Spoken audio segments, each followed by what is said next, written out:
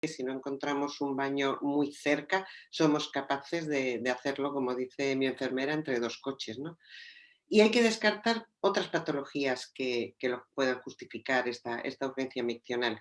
Y lo hacemos en base a una buena anamnesis, preguntando al paciente qué es lo que le pasa, desde cuándo, lo clásico, una exploración física para descartar cualquier otra patología que pueda causarlo y un análisis de orina para ver que, pues, por ejemplo, no tenga una infección urinaria el paciente, que también nos va a dar una sintomatología muy parecida.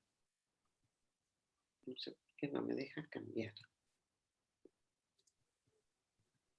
Ahora.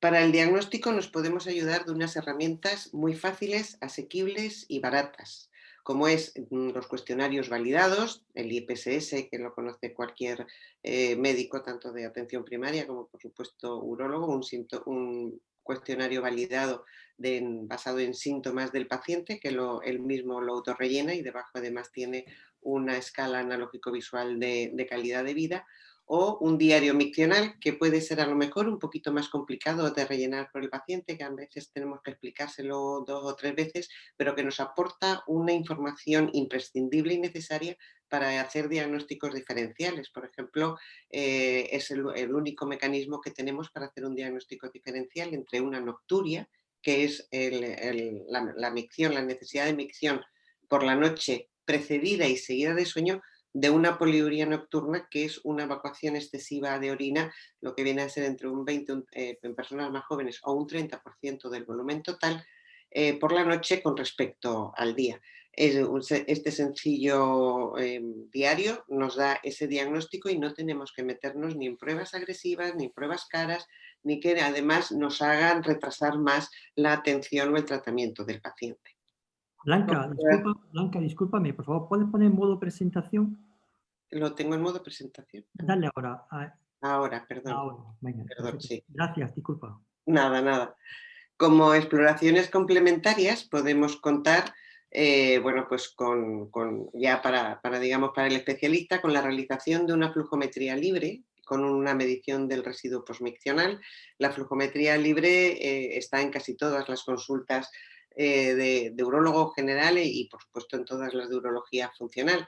La flujometría libre consiste sencillamente en decirle al paciente que venga con las ganas normales para él para ir a orinar y hacerle orinar en un flujómetro, un vaso que nos va a medir el flujo, la cantidad de orina que sale por tiempo. Con esto nos va a dar unas curvas, una curva muy sencilla que nos va a decir si el paciente tiene una curva normal, que sería en campana de Gauss, o como en este caso que ponemos aquí, una curva aplanada, que nos está hablando de posiblemente un varón que está obstruido por una hiperplasia benigna de próstata. También podemos realizar una ecografía abdominal o transrectal en el caso del varón, aunque no es necesario para tener el diagnóstico de vejiga hiperactiva, pero sí que nos va a medir la hiperplasia benigna de próstata para poder justificar tratamientos futuros del varón. Yo me voy a centrar más en mi charla de la vejiga hiperactiva en el caso del varón, puesto que después Elisa nos va a hablar más de los criterios de derivación de la mujer.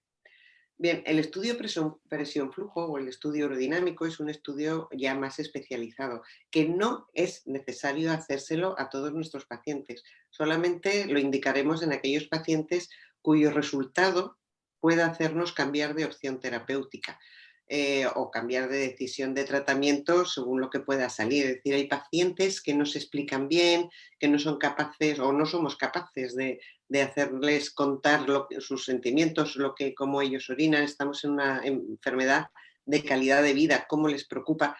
Y entonces a lo mejor un estudio urodinámico nos puede lanzar a un diagnóstico más certero que nos lleve a un tratamiento más efectivo para él. En el varón, además, tendremos que añadir una analítica sanguínea que incluya básicamente la función renal. Hay pacientes obstruidos que empiezan a tener no solamente incontinencia por vejiga hiperactiva, sino también pueden tener problemas a nivel de insuficiencia renal, y un PSA para descartar que el paciente tenga un cáncer de próstata. Bien, ¿cómo empezamos el tratamiento en estos pacientes? Pues antes de hablar del tratamiento quiero hablaros de unas premisas. Es una patología cada vez más prevalente, está unida a la edad, tenemos una población cada vez más envejecida, por lo tanto el número de estos pacientes es cada vez mayor. Les afecta muchísimo, muchísimo la calidad de vida. Y nuestros pacientes mayores ya no son los pacientes mayores de hace 40 años, que poco menos las mujeres se sentaban a hacer calceta y los hombres pues se iban a jugar al chamelo, que dicen en mi tierra, al dominó, ¿no?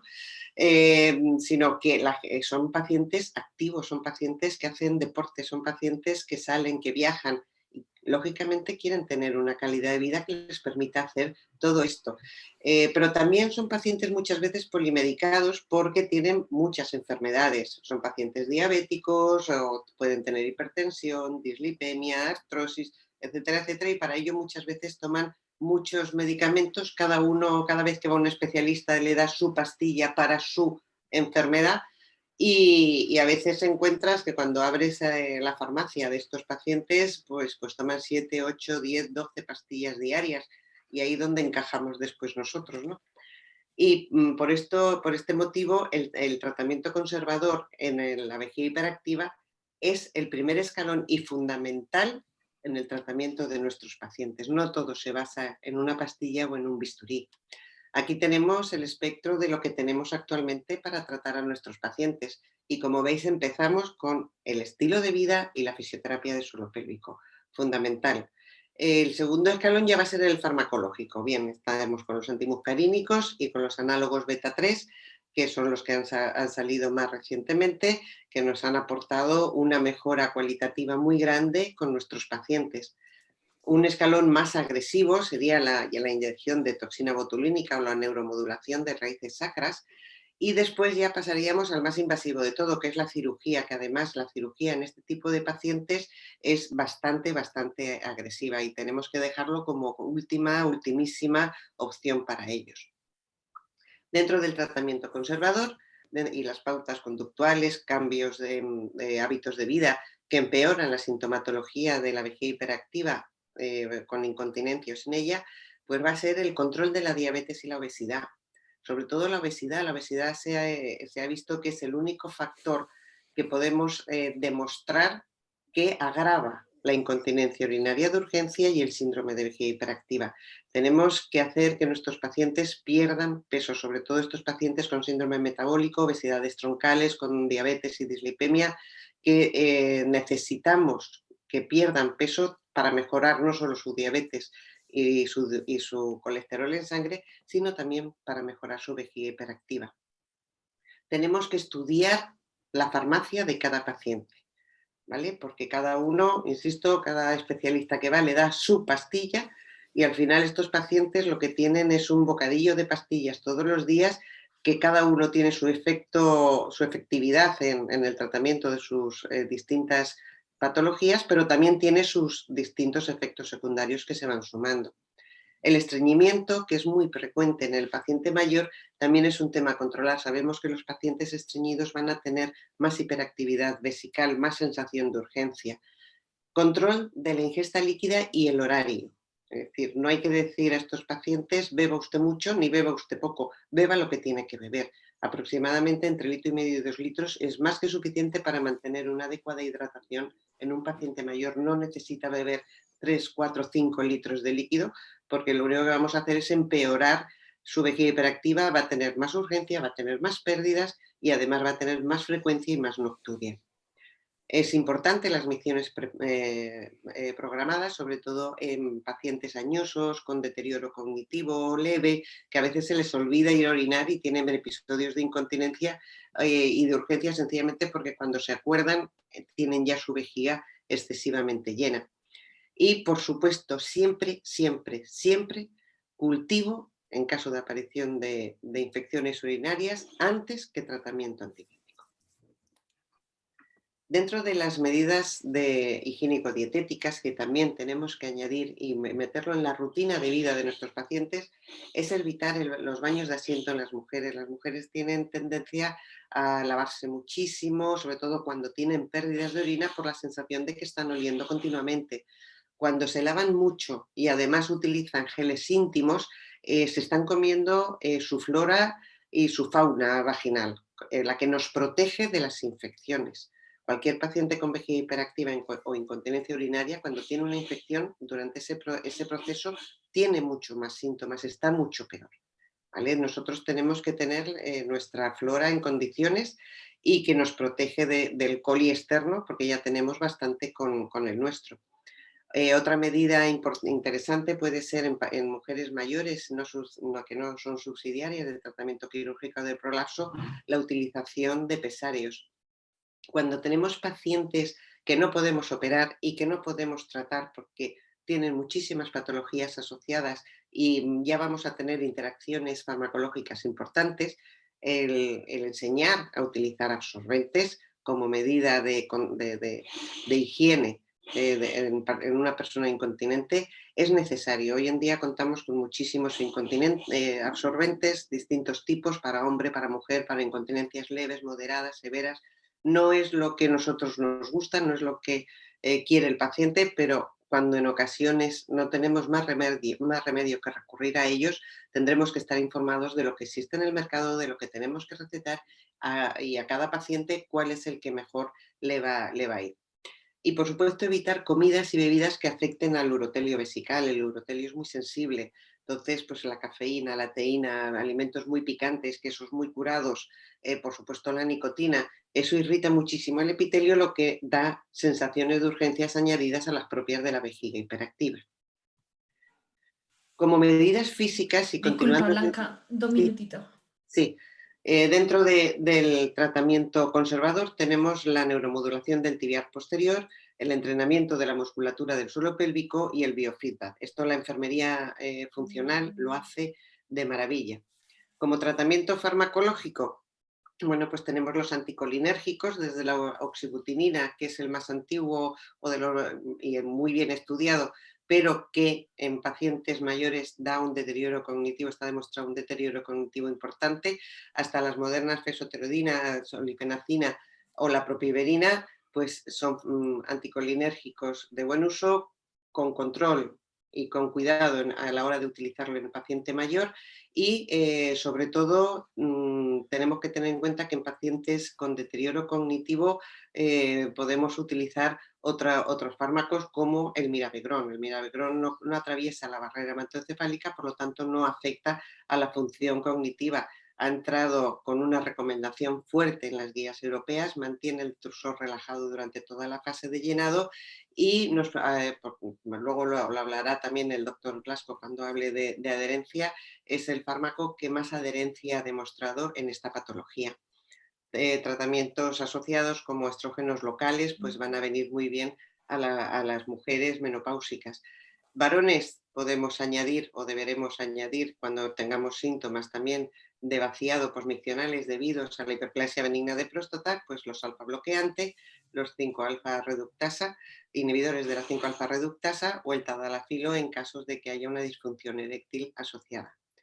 Tratamientos quirúrgicos, neuromodulación sacra, como hemos hablado, tiene un costo-efectividad a largo plazo mejor que la inyección de toxina botulínica, pero también tenemos el problema de que estos pacientes son pacientes que necesitan muchísimas revisiones y bueno, no son fáciles de llevar.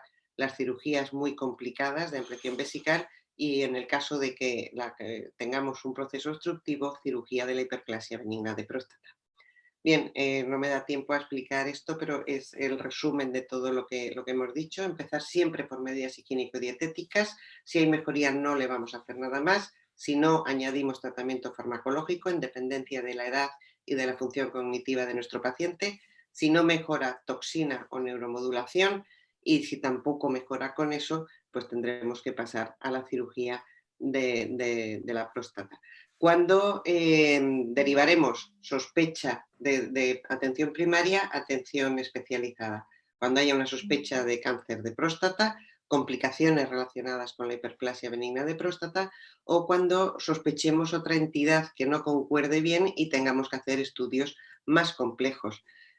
Durante el tratamiento y el seguimiento que tiene que hacer el médico de familia, pues cuando él haya dado un tratamiento y los síntomas sean refractarios, cuando haya una necesidad de tratamiento quirúrgico por cualquiera de las causas que están aquí en la diapositiva, o cuando haya complicaciones durante el seguimiento, es decir, un aumento del PSA, exacerbación de los síntomas o aparición de síntomas nuevos. Como conclusión diremos que mucho cuidado con el paciente mayor porque es un paciente frágil. Con todo lo que podamos hacer de manera conservadora con ellos les va a ir mucho mejor educarles, medidas higiénico-dietéticas, cambios conductuales que tienen la misma eficacia que el tratamiento farmacológico. Recordar que estamos hablando de una enfermedad crónica. La vejiga hiperactiva no se cura, pasa periodos de mejora o periodos de empeoramiento, pero no lo vamos a curar. ¿Vale? El diagnóstico y el tratamiento inicial pueden correr al cargo y deben correr al cargo del médico de familia, está más que capacitado para ello, y los criterios de derivación van a hacer que reforcemos al paciente en esta enfermedad crónica que es nueva ahora para ellos, aunque para nosotros puede ser vieja, y esto va a reportar un refuerzo importante en la adherencia al tratamiento. Muchas gracias. Muchas gracias a ti, Blanca. Y no te vayas, por favor, porque nos va a ayudar con el segundo abordaje del tema en relación al abordaje integral de estos pacientes, ahondando en el tema de su calidad de vida. Sí, Pues cuando quieras puedes continuar. Voy a cambiar mi presentación.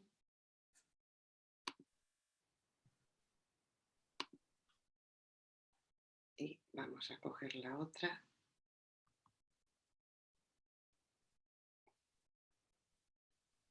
Aquí estamos. Compartimos. ¿Se ve bien? Aún no. Aún no. Blanca, doble clic sobre la ventana que quieres mostrarnos. Sí, espera un momentito, que es que no he dado a compartir pantalla, soy así. Ahora.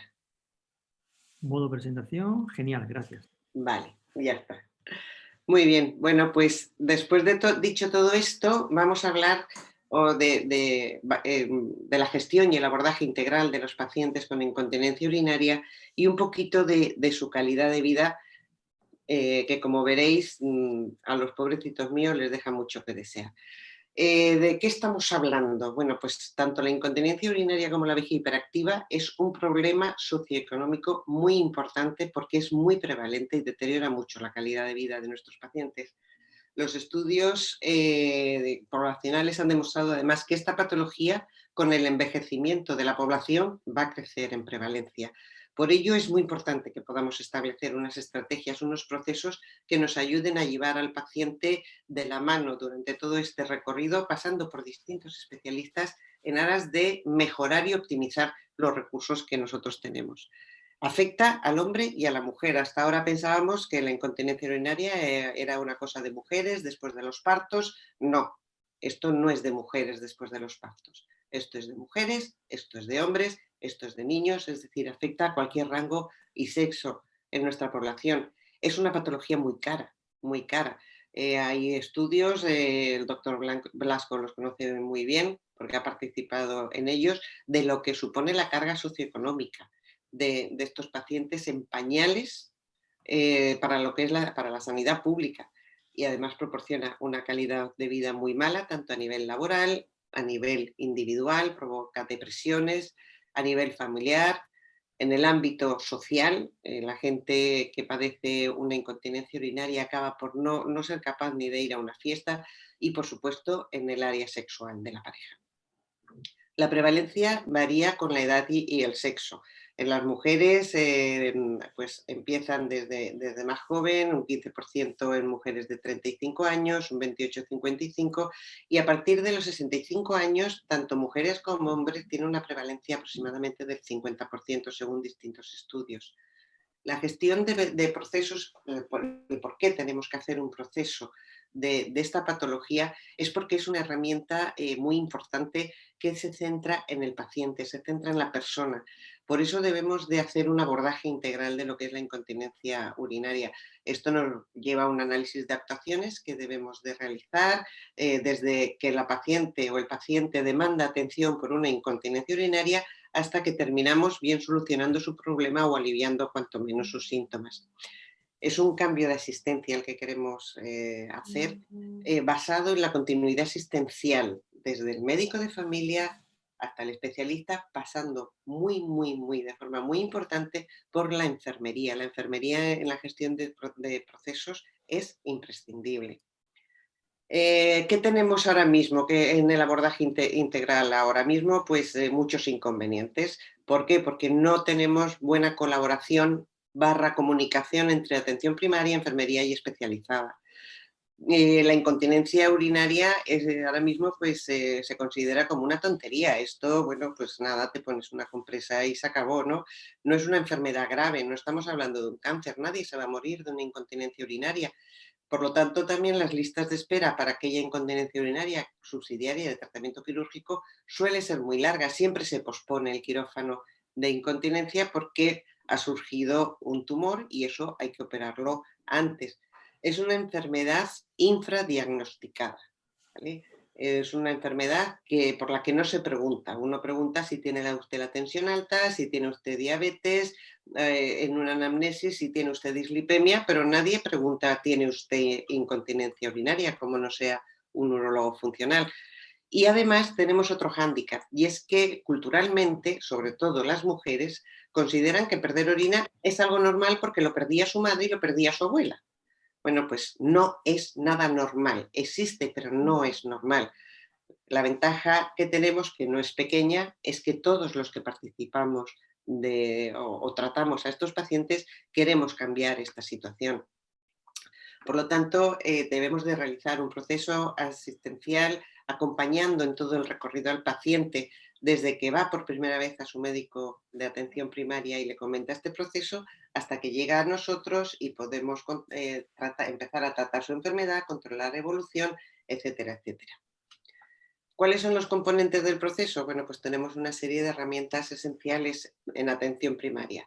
Hacer una historia clínica, antecedente, tipo de incontinencia, si es de esfuerzo, si es de urgencia, si es mixta, fármacos que toma. Sabemos que hay fármacos que pueden provocar, pues por ejemplo, un paciente que tome diuréticos, pues puede tener una cantidad una frecuencia miccional más elevada. Tenemos que comprobar si es normal o puede ser patológica. Una exploración física básica con un test de esfuerzo. En medicina de familia tienen en la puerta 40 pacientes, 50 pacientes diarios y tampoco pueden hacer virguerías a la hora de explorar y estar media hora explorando un paciente porque si no es que saldrían de trabajar a las 4 de la mañana. Un simple análisis de orina, un sedimento urinario para descartar patologías como infecciones o alguna cosita, sangre en orina, cualquier cosita de estas, y la realización de diarios. De cuestionarios. Hay cuestionarios muy fáciles como el ICQ test o el OABQ, que son cuestionarios autorrellenados por el paciente, que en 4 o 5 preguntas prácticamente ellos nos dan el diagnóstico. Cuando este paciente pasa a atención especializada, bueno, nosotros tenemos alguna herramienta más, como no podía ser de otra manera, no solamente la historia clínica, tenemos más tiempo para hacer una exploración física más completa, incluyendo un poquito de exploración neurológica. Análisis de sangre y orina. Tendremos que comprobar que el paciente pues, tiene una función renal normal, que tiene un PSA normal. Cuestionarios también, por supuesto, porque los cuestionarios nos sirven para el diagnóstico, pero también nos sirven para el seguimiento del paciente, y el estudio funcional mínimo consistente en flujometría libre y la medición del residuo postmiccional. Como he dicho antes, y no me quiero repetir, el estudio aerodinámico solo en caso de tratamiento quirúrgico porque nos puede hacer cambiar la indicación quirúrgica de nuestros pacientes. Cuando tengamos dudas sobre el tipo de incontinencia, también más vale un estudio aerodinámico que meterlo en un quirófano como primera opción. Con respecto al tratamiento, la atención primaria tiene en sus manos instaurar el tratamiento de primera línea. Lo que hemos hablado antes, medidas higiénico-dietéticas, pautas conductuales, fortalecimiento de músculos del suelo pélvico, tratamientos farmacológicos de primera línea, anticolinérgicos o beta-3 adrenérgicos, están perfectamente capacitados. Revisión del paciente, es decir, dar el tratamiento, vamos a esperar mínimamente entre 4 y 8 semanas y vamos a revisar al paciente. Valoramos su mejoría, valoramos el secundarismo que le haya podido causar el tratamiento farmacológico que le demos, y además aquí ya entra la enfermería. La enfermería puede hacer sencilla, ella, sin tener que ir ni al médico de atención primaria, puede valorar en base a cuestionarios y a ver un paciente al que le hemos mandado adelgazar, pesarle, ver si ha perdido peso o no ha perdido peso, puede controlar perfectamente a nuestros enfermos. Tenemos que tener en cuenta una cosa muy importante. El médico diagnostica, trata y somos fantásticos, pero la enfermería cuida al paciente y está especializada en cuidar al paciente. Y el paciente le hace mucho caso a la enfermería. Se tomará la pastilla que nosotros le demos, pero adoptará de mejor grado la recomendación de la enfermera de no tome usted café con cafeína, deje usted de fumar, tiene que perder peso, lo va a aceptar y va a ser más adherente a la enfermera que a nosotros en esas indicaciones. Bien, este es un resumen cogido del libro blanco de la carga socioeconómica de la incontinencia urinaria. Lo que se puede hacer en vejiga hiperactiva en atención primaria es un resumen de lo que hemos dicho antes. Prácticas esenciales, historia clínica, exploración y análisis de orina. En la mujer lo mismo. Si no hay criterios de derivación, le dará su tratamiento tanto conservador como su tratamiento farmacológico y nos remitirá al paciente si hay una ausencia o falta de respuesta al tratamiento. Cuando después de hecho la primera valoración, las prácticas esenciales al paciente y el paciente descubran que tiene hematuria, un dolor por una cistitis intersticial, infecciones de repetición, radioterapia previa y tal, directamente no lo derivará a la atención especializada, al urólogo funcional. En cuanto hablamos de la incontinencia urinaria de esfuerzo, vemos que tenemos las mismas prácticas, pero una pregunta muy importante que hacer tanto en el varón como en la mujer. ¿Usted desea un tratamiento activo? Es decir, la incontinencia urinaria de esfuerzo, prácticamente el tratamiento que vamos a ofertar más efectivo es una u otra cirugía. Si la persona no está dispuesta a operarse, pues entonces no precisa seguimiento, control con absorbentes, recomendar el mejor absorbente para cada paciente según su edad, la pérdida que tenga, si es mayor o menor, incluso su físico, si es más obeso o menos obeso, todo esto va por tallas. Y si sí que desea un tratamiento activo, no lo va a derivar especializada, porque, insisto, aquí los tratamientos que vamos a ofertar prácticamente son todos quirúrgicos. Bien, ¿cuándo el paciente nos va a llegar? Pues ante el fallo del tratamiento inicial, es decir, cuando el médico de cabecera le da un tratamiento u otro urólogo general le da un tratamiento y este no ha funcionado, nos viene a nosotros y entonces ya ahí entramos en completar, digamos, el diagnóstico. Pues un estudio urodinamico podemos hacer en las ocasiones que lo requiera, estudios para descartar una patología orgánica, como puede ser litiasis, infecciones de repetición, tenemos que hacer ecografía para ver si pues, tenemos algún problemita orgánico en este paciente que no esté justificando o agravando los síntomas de la vejiga hiperactiva. Podemos cambiar de estrategia terapéutica, es decir, pasar de un anticolinérgico a otro o incluso pues, de pensar en que debemos dar un alfa bloqueante con un anticolinérgico o dar un análogo beta 3 con un anticolinérgico, es decir, esto está dentro de nuestras competencias y sabemos cómo manejarlo, o pasar a terapias ya de escalones superiores, que son los tratamientos quirúrgicos, y todo esto además nosotros también nos apoyamos en nuestra enfermería, en la enfermería funcional, que es una enfermería bastante especializada, que tenemos, bueno, no todo el mundo tiene la suerte de tener una enfermera funcional especializada, pero los que tenemos pues nos lleva ese control evolutivo de los pacientes con cuestionarios, con refuerzos de las medidas, recordando los cambios conductuales, etcétera, etcétera. ¿Y qué es la calidad de vida? Bueno, pues cuando hablamos de calidad de vida con respecto a lo que es la salud, la OMS la define como, fijaros, la percepción del individuo sobre su posición en la sociedad, en el contexto de su cultura. No es lo mismo la calidad de vida para una cultura que para otra.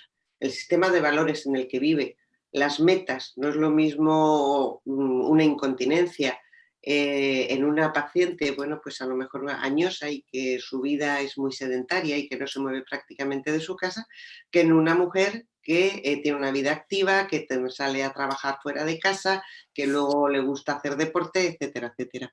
Todo esto lo vamos a medir en base a cuestionarios validados, pero fijaros si es importante la afectación en la calidad de vida en los pacientes con incontinencia urinaria, que cuando la comparamos con otras enfermedades crónicas, la evidencia publicada nos dice que tiene el deterioro que genera para su calidad de vida es comparable al asociado a la depresión y a la artrosis. Y es mayor el deterioro en enfermedades como diabetes, artritis reumatoide o enfermedad cardíaca. O sea, que estamos hablando de una agresión a la calidad de vida de nuestros pacientes muy grande. Y son pacientes hasta ahora bastante invisibles.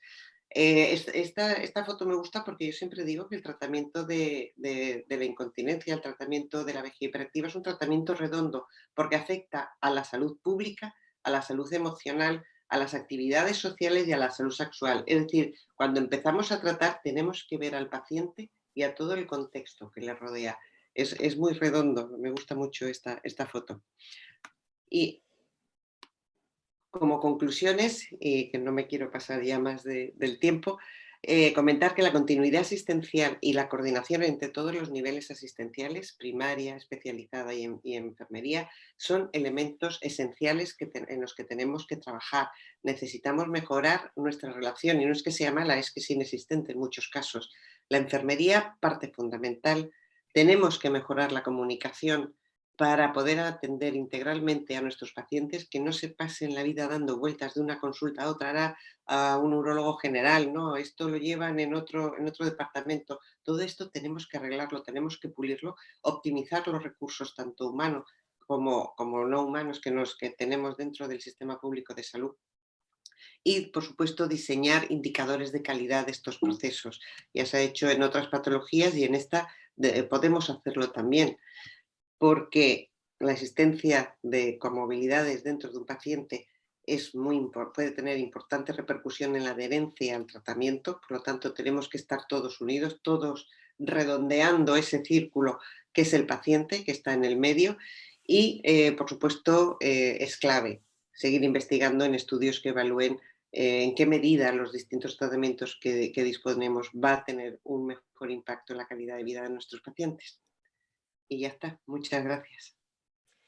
Muchísimas gracias a ti, Blanca, ha sido muy interesante y quería resaltar dos aspectos que me han sorprendido especialmente y que han hecho muy valiosa tu intervención. Por un lado, enfocada y centrada en las necesidades de atención de los pacientes como elemento básico, y luego está magnífico uso de las herramientas de gestión clínica que pones también, tanto en la utilización de los procesos asistenciales como en las conclusiones que has presentado. Muy interesante y muchísimas gracias por tu intervención, Blanca. A vosotros. Le doy paso a María José. Bueno, si os parece, vamos a dar paso a la tercera ponencia, que la va a hacer el doctor Blasco Hernández, que volvemos a presentar por si alguno habéis incorporado a lo largo del webinar. Él es responsable de la Unidad de Urología Funcional del Hospital Universitario de Valme en Sevilla. También va a hacer dos presentaciones y la primera tiene por título Impacto laboral y la valoración social en relación con la vejiga hiperactiva. Cuando quieras, por favor, Pedro. Muchas gracias. Como dije al principio, es un placer para mí estar aquí. Es un placer para mí estar aquí con vosotros. Vamos a ver si me paso aquí un momentito. Dejo de compartir pantalla. Un segundito. Vamos a empezar. Después de estas magníficas charlas que ha dado Blanca y que nos han servido para ponernos en situación en cuanto a lo que es el diagnóstico, en cuanto a lo que es el diagnóstico y en cuanto debe ser un abordaje integral de este tipo de patologías. Y ahora a mí me toca bailar con la más fea. ¿Por qué lo digo? Porque me toca hablarles de dinero. Y cuesta trabajo hablarles de dinero. Lo primero, cuando hablamos de impacto laboral y valoración social, déjenme que les diga que lo primero que se encuentra uno cuando intenta investigar es un agujero negro. Quiero decir, intenta ver artículos, hay muy poco a nivel nacional, hay muy poco en nuestro medio, hay algo escrito a nivel americano sobre todo, pero como bien había dicho Blanca, es una patología a la que no se le había prestado demasiada atención hasta el momento. De las cosas que se encuentran, hay un documento de consenso sobre vejiga hiperactiva en el paciente mayor. Bueno, sabemos que hay unos gastos que la vejiga que tiene un impacto económico por unos gastos directos, sanitarios directos, unos gastos indirectos que tienen que ver con los problemas en el trabajo y por el absentismo, y después tiene un gasto, tiene un precio, un costo intangible, que es el sufrimiento y que es lo mal que lo pasan los pacientes, y que aunque en muchos estudios se ha intentado medir, realmente no resulta fácil. A lo mejor a cada uno de nosotros le resulta algo más sencillo. Miren, si yo les digo que desde que le entran a ustedes ganas de orinar hasta que se le mojan los pantalones pasan 20 segundos, ¿qué me dicen? ¿Verdad que ese coste intangible se entiende perfectamente? Bueno, pues como lo que estamos hablando ahora mismo son de cosas más objetivas, le diré que los gastos sanitarios que establecen en ese estudio del 2015 es aproximadamente 255 euros por paciente y año, hablando de gastos sanitarios directos. Pero cuando hablamos de indirectos, relación con el trabajo, fíjense cómo sube. Fíjense cómo sube porque la incontinencia, la vejiga hiperactiva y la incontinencia en general se asocia mucho tanto a situaciones de absentismo laboral como a situaciones de presentismo. Les puedo confirmar que son muchas las pacientes, sobre todo mujeres, a las que para poder trabajar les hemos tenido que firmar, y estoy seguro que Blanca está de acuerdo conmigo y Elisa también, por prescripción facultativa la posibilidad, sobre todo en negocio en grandes superficies, de tener que ir al baño y ausentarse de su puesto de trabajo, pues a lo mejor 8 o 9 veces en el horario laboral. Miren, en este documento, un documento que realizó la Fundación Weber y que fue patrocinado también por Astelas, que ya he mencionado antes Blanca, que es el libro blanco sobre la carga socioeconómica, miren, los problemas hace una recopilación en esta tabla de todos los problemas que hay en el ámbito laboral, y quiero llamarle la atención sobre varias cosas. Lo primero, miren, hay un montón de deterioro laboral, ausencia en el puesto de trabajo, sentirse preocupado por la situación laboral. Miren la cantidad de situaciones no reportadas. O sea, eso es lo primero que, si uno ve este cuadro, lo primero que le tiene que llamar la atención es el hecho de que esto es una situación igual que es una patología infravalorada, es una patología en la que en la mayoría de los casos su repercusión tampoco ha sido valorada adecuadamente. Pero en los distintos estudios, tanto en Reino Unido, Suecia, que incluye a nuestro país, preocupados por la situación laboral, hasta un 21% de los pacientes con vejiga hiperactiva sienten preocupación por su situación laboral. Les condiciona su vida laboral en el Reino Unido a un 18% de los pacientes. Quiero decir, si van viendo los distintos porcentajes y los vamos viendo despacio, hay un deterioro laboral en un 9% de pacientes con vejiga hiperactiva, un 12% de pacientes con vejiga hiperactiva si además hay incontinencia. Quiero decir, esto de esta tabla, cuando yo la veo, saco dos conclusiones fundamentales. Una, esto no lo hemos valorado bien, no sabemos si porque no interesa o porque este problema, como hablaremos más adelante, es un problema solo de calidad de vida, y si nos ponemos a verle despacio y le metemos la lupa, el problema es más serio de lo que parece. Miren, en este otro estudio realizado en Estados Unidos en el 2003, se cifraba en 841 millones de dólares anuales las pérdidas laborales, sobre 397 pacientes. Fíjense cómo se equiparaba en hombres y en mujeres. Estamos hablando de mucho dinero. Si aunque solo fuera por eso, deberíamos empezar a prestarle atención a esta patología. Pero claro, la mayoría de las veces cuando hablamos de esta patología nos preocupamos de dinero, tenemos mucha presión los que nos dedicamos a ello, igual que con otros temas, porque bueno, los fármacos hay un consumo, el consumo farmacéutico es alto. Miren, efectivamente, cuando hay, y eso es cierto, cuando hay, pero aquí cuando hablamos de pacientes con vejiga hiperactiva, hay unos costos sanitarios, hay unos costos ambulatorios, hay unos costos de tratamiento, pero miren, los costos de tratamiento resulta que cuando pueden ser distintos, la fosfatoridina hay más costos de tratamiento, a lo mejor que la solifenacina, pero si miramos todos los costos, pues aunque alguien, en este caso, que es un ejemplo, hay muchos estudios así, alguien se gasta o se usa un fármaco que es eficaz, aunque pueda ser algo más caro, se disminuyen los gastos sociales, los gastos sanitarios en general. Quiero decir, esto es un balancín. Pensar de manera absoluta que a más gasto farmacéutico, o sea, cuanto más se gasta en fármacos, más caro nos está saliendo el paciente, es un absoluto error. Les digo por qué. Porque además nuestros pacientes piensan, y esto nosotros lo hemos visto igual que ha dicho Blanca, nosotros hicimos un estudio en el 17 sobre 700 pacientes a nivel nacional, donde los pacientes tardaban entre 19 y 26 meses en acudir al médico por presentar incontinencia, por presentar vejiga hiperactiva. Porque la mitad de ellos pensaban que los síntomas eran una parte normal del envejecimiento y consideraban que además de ser una parte normal del envejecimiento, pues con el tiempo iban a empeorar. Con lo cual, ese retraso de un paciente, evidentemente, fíjense, ahí no está consumiendo a lo mejor medicación porque no va al médico, pero sí está consumiendo absorbente. Si está consumiendo absorbente y está haciendo muchísimas medidas de defensa. Miren, esta línea a la derecha, conforme más intensos son los síntomas,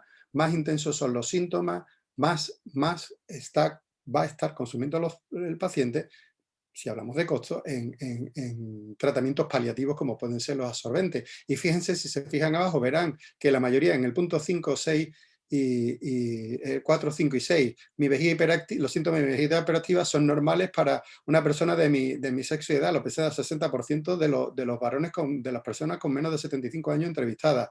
Pienso que mi vejiga hiperactiva empeorarán con la edad, lo piensan hasta el 85%. Estamos hablando de una patología que muchas veces ni siquiera los pacientes conocen. Por eso les digo que son invisibles.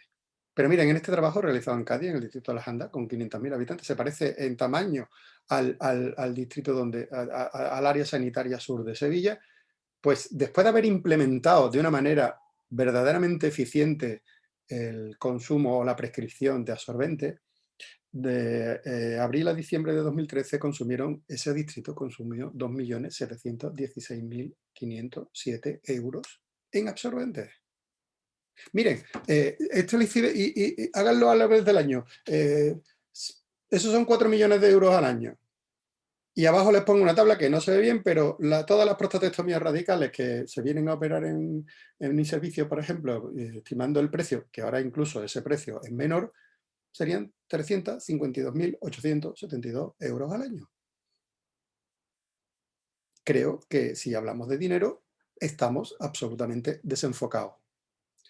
Por lo tanto, sabemos que la vejiga hiperactiva ocasiona numerosos problemas en la dimensión laboral de las personas. No tenemos muchos estudios en España, pero sabemos que eso es así. Y las personas presentan, y la incontinencia se asocia a una mayor tasa de absentismo y también a una mayor tasa de presentismo. Y que las pacientes en Estados Unidos, los pacientes sobre todo, porque aquí es menos frecuente, cambian mucho más de trabajo y tienden a jubilarse antes. Además sabemos que la incontinencia, porque la vejiga hiperactiva se puede dividir entre una vejiga hiperactiva seca, que es la vejiga hiperactiva que produce unos síntomas de frecuencia y urgencia, pero no hay una incontinencia. Cuando esta incontinencia aparece, todo empeora. Todo empeora. A mayor incontinencia, mayor afectación. Y sabemos que, y ya termino y les digo, equiparar el impacto económico sanitario de la vejiga hiperactiva al consumo de fármacos es un soberano error. No existen en la actualidad estudios potentes que nos permitan evaluar ese impacto de forma multidimensional, hablando de todo lo que incluye la incontinencia. Pero lo que sí está claro, y ahora hablaremos por qué, la adherencia disminuye este consumo. La incontinencia, como bien ha dicho antes Blanca, no puedo estar más de acuerdo contigo, lo hemos hablado muchas veces, tú y yo, la incontinencia es cara, directa o indirectamente, sobre todo si no la manejamos de forma adecuada.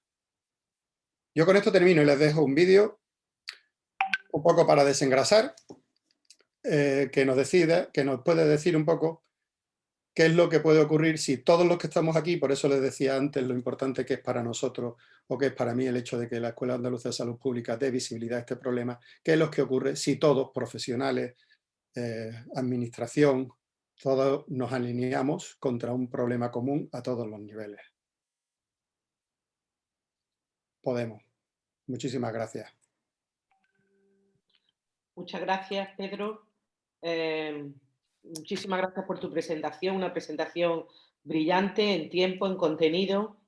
Y si te parece, vamos a pasar a la siguiente presentación por tu parte, en donde estamos interesados en profundizar un poco en la adherencia a las pautas de tratamiento y en su relación con la calidad de vida en los pacientes con vejiga hiperactiva. Cuando tú quieras. perdón, a ver si me dejáis compartir. Ahora sí, creo que ahora sí. Comparto. Y seguimos. Bien, hago simplemente una llamada. Este vídeo que les ponía un poquito para desengrasar también podríamos aplicárnoslo en los años que estamos viviendo, en la época que estamos viviendo ahora. Bien, habíamos hablado antes, yo no soy ni muchísimo menos, no me considero, ni creo que llegue a serlo nunca, un experto en gastos, un experto en economía sanitaria. Quizás sí sé algo más de adherencia, pero lo que sí tengo muy claro es que todo lo que les he dicho antes mejora si tenemos una mayor adherencia a los pacientes. No me voy a entretener en hacer la definición y hablarles de la definición de vejiga hiperactiva, porque Blanca la ha definido magníficamente. También nos ha dicho que tiene una prevalencia alta. Yo simplemente decirles que estoy completamente de acuerdo y que efectivamente es una prevalencia muy alta y que también sabemos que la adherencia es muy baja. Los que nos dedicamos a este problema sabemos que los pacientes con el tiempo dejan de tomar el tratamiento y que la posibilidad de que al cabo del año más de un 30% esté con los pacientes era, hasta hace un poco tiempo, realmente baja. Miren, le pongo aquí una curva. Como bien ha dicho Blanca antes, nosotros tenemos dos tipos de tratamiento, los anticolinérgicos y el beta-adrenérgico. En el anticolinérgico, que son los que nosotros usábamos habitualmente, aquí, por ejemplo, les pongo solamente una línea, les pongo la tolterodina porque quiero que el ejemplo se vea más claro. Usábamos anticolinérgicos, el efecto adverso más frecuente de los anticolinérgicos es la boca seca. ¿Qué decíamos? Bueno, pues miren ustedes, nosotros prescribíamos a los pacientes una medicación y conforme iban pasando los días, el paciente dejaba de tomarse la medicación porque nosotros venían a vernos y nosotros, que somos unos tipos sesudos y unos tipos que pensaban mucho, decíamos, claro, es que si estos individuos tienen la boca seca, esto es un efecto adverso muy molesto y es un efecto adverso que hace que la gente no se tome los tratamientos y como además todos los anticolinérgicos lo hacen, pues esto es complicado.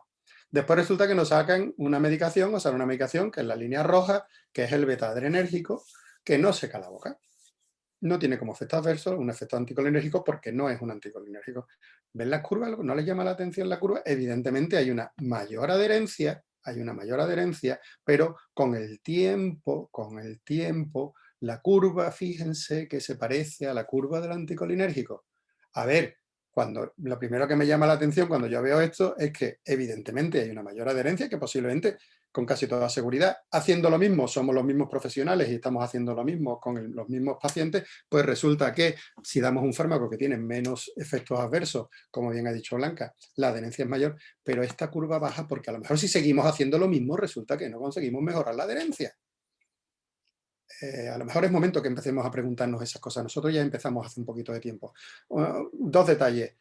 La adherencia no es lo mismo que persistencia y no es lo mismo que el cumplimiento. La persistencia es que un paciente decide tomarse el tratamiento tal como se le ha prescrito. El cumplimiento es que el paciente, haciendo el tratamiento, toma todas las dosis que le son prescritas, quiero decir, si yo le digo que se tome 2 pastillas al día, una por la mañana y otra por la noche, el paciente persistente es que el paciente que se toma, que intenta hacer eso o que hace eso, y que el cumplimiento es tanto mayor cuanto más se toma la pastilla tanto por la mañana y por la noche. La adherencia, que es algo mayor, la adherencia es el acuerdo entre el sanitario y el paciente de ponerse de acuerdo en toda una serie de medidas que lo van a mejorar. Cuando hablamos de la adherencia, entonces tendremos que hablar, como he hablado del tratamiento, tendremos que hablar del paciente, tendremos que hablar del sistema sanitario, tendremos que hablar también de la enfermedad y tendremos que hablar también de los factores socioeconómicos. En una rueda que está girando continuamente y que tendremos que tener en cuenta en el futuro, porque no podemos echarle el tema de cuando le echábamos nosotros la culpa de la falta de adherencia a las características del medicamento, después nos dimos cuenta de que las cosas no eran tan así.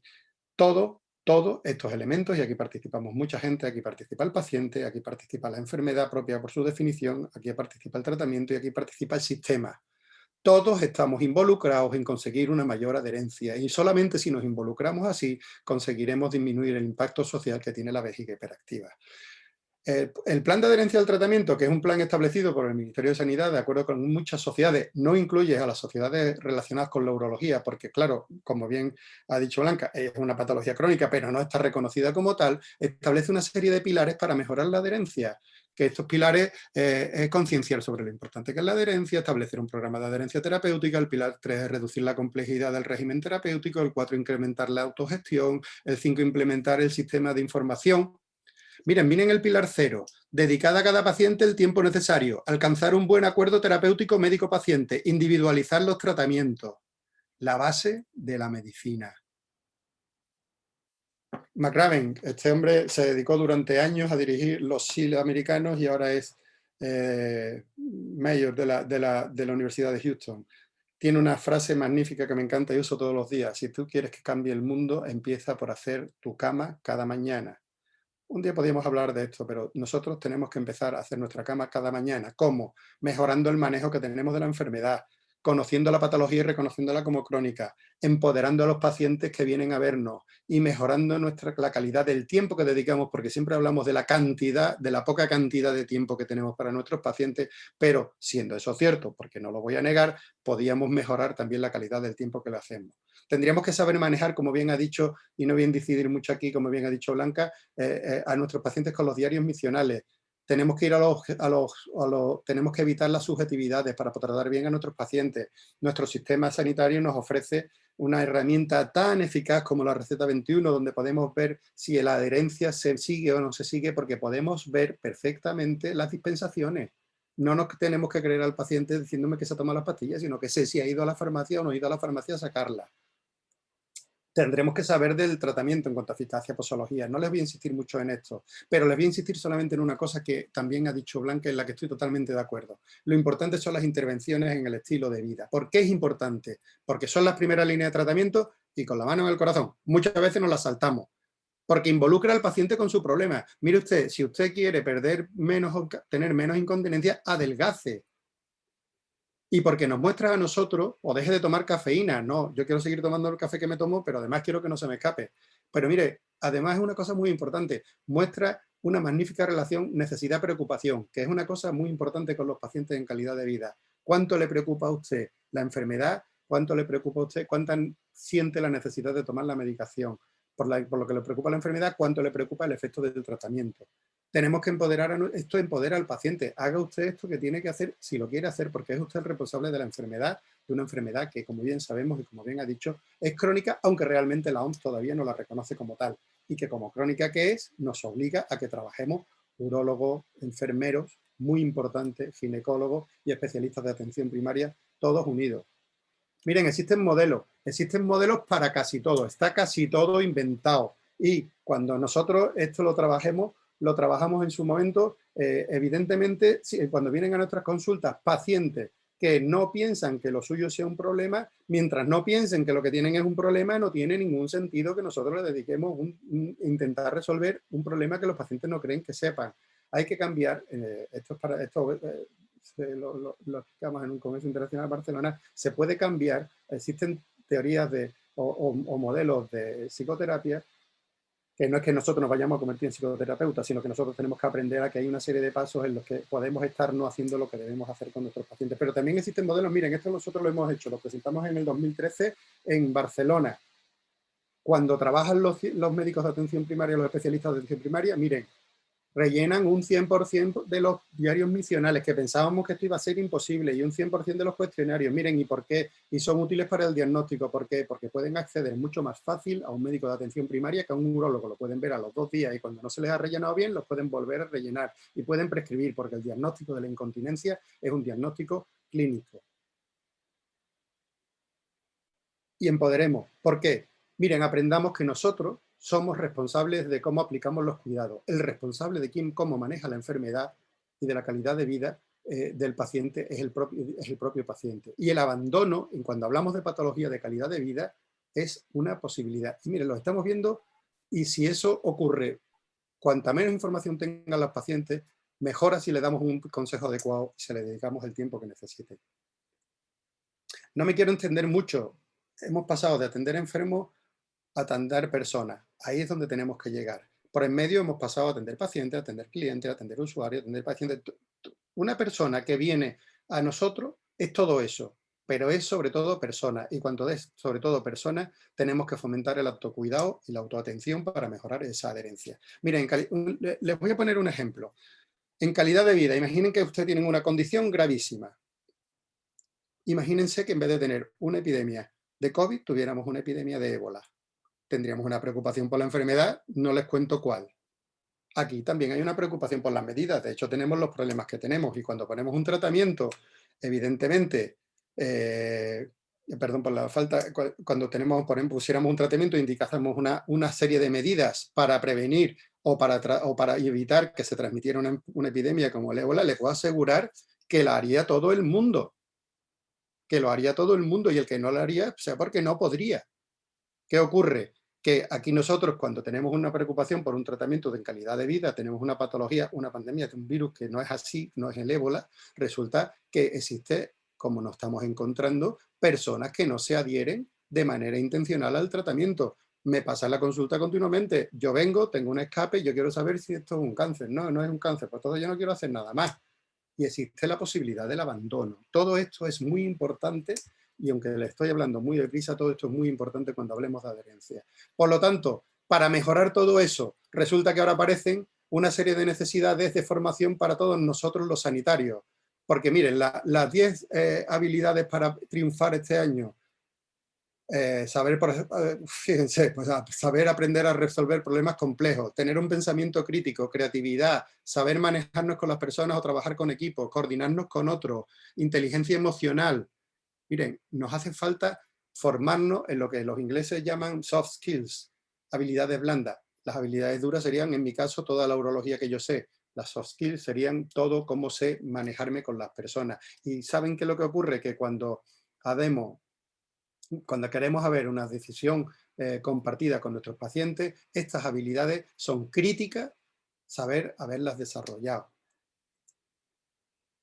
Termino. La vejiga hiperactiva es una patología prevalente infradiagnosticada. A menudo los pacientes tardan en consultar, claro que sí. La incontinencia en general es cara, sobre todo si no se trata, ya se los dije antes, debe ser abordada desde un enfoque interdisciplinar.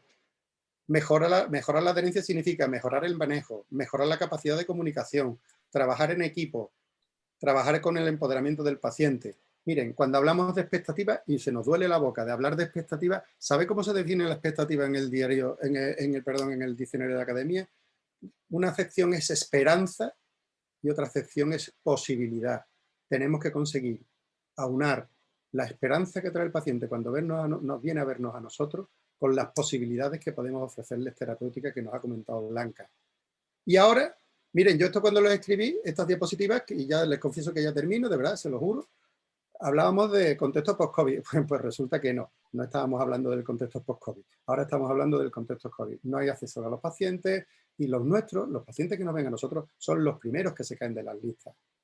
Tenemos dos escenarios distintos. Hemos tenido un escenario muy agudo y ahora lo volvemos a tener y hemos tenido escenarios de post-pandemia que tenemos que organizarnos de nuevo y además empiezan a aparecer herramientas nuevas como las consultas telefónicas, herramientas que nosotros ya veníamos usando en las unidades y Blanca y Elisa seguro que lo saben bien, y que nos han sido muy útiles en el tratamiento de según qué pacientes, pero que también tienen sus problemas, que se pierde la relación médico-paciente, que podemos sufrir, como es lo que yo le llamo el efecto Amazon, de que la gente piense, como nos pasa en la consulta, que nos llama, oye, yo en vez de ir a la consulta les puedo llamar, porque total, si lo que voy es a recoger un resultado. Tendremos que tener muy claro en esta época y en lo que viene, porque hay cosas que han llegado para quedarse, tendremos que saber de cómo queremos hacer las cosas, porque disponemos de una magnífica herramienta, como es el teléfono, porque no, la telemedicina que tenemos hoy no será la que tengamos dentro de 5 años, no es la que tuvimos hace 10 años cuando empezábamos a llamar por teléfono a la gente y todo eso tendremos que ir protocolizándonos. Y había que hacerse unas preguntas. ¿Cuándo consideramos que a lo mejor un paciente puede atenderlo por teléfono? ¿Existe un perfil de paciente, un perfil de enfermedad que sean tributarios de que lo tratemos con esto? ¿Qué información debemos recoger? Tenemos que protocolizarlo, nosotros estamos en ello. ¿Qué impacto tendrá sobre la adherencia el que atendamos a los pacientes por teléfono y por lo tanto sobre los costos? ¿Cuándo tenemos que usar un tipo de consulta u otro tipo de consulta? Y sobre todo, miren, y no sé si estarán de acuerdo conmigo, pero yo atiendo muchos pacientes mayores con incontinencia y me da mucho miedo que la llamada telefónica o que lo que llamamos como consulta en telemedicina pueda ser más que un herramienta integrador, un elemento segregador de pacientes que no se manejan bien con un teléfono móvil, de pacientes que no se manejan bien con una videollamada. Y esas cosas así como que tampoco podemos asumir que todo el mundo tiene cobertura en todas las zonas o que saben manejarse de una manera adecuada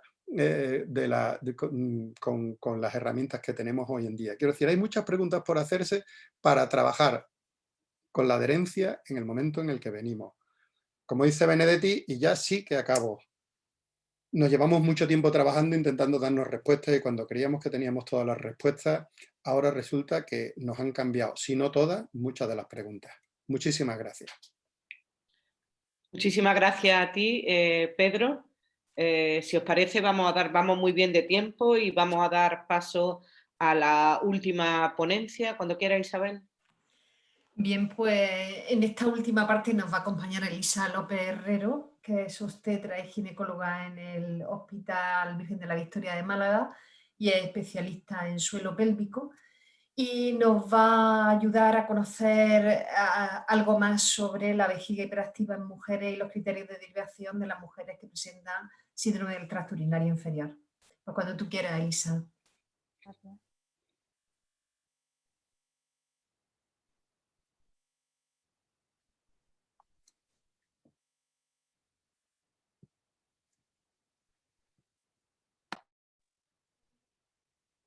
Perdona, ¿se me ve? ¿Me Sí, veis? sí, hola Elisa, te vemos No, perfectamente. pero no sé cómo... Elisa, te Sí. ayudo. Mira, abre la presentación y una vez que la tengas abierta, abajo Sí, tienes compartir pantalla sí. y ahora elige la ventana donde se está viendo tu presentación. Doble clic.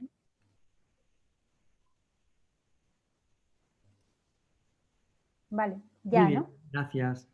A ti. Bueno, espera.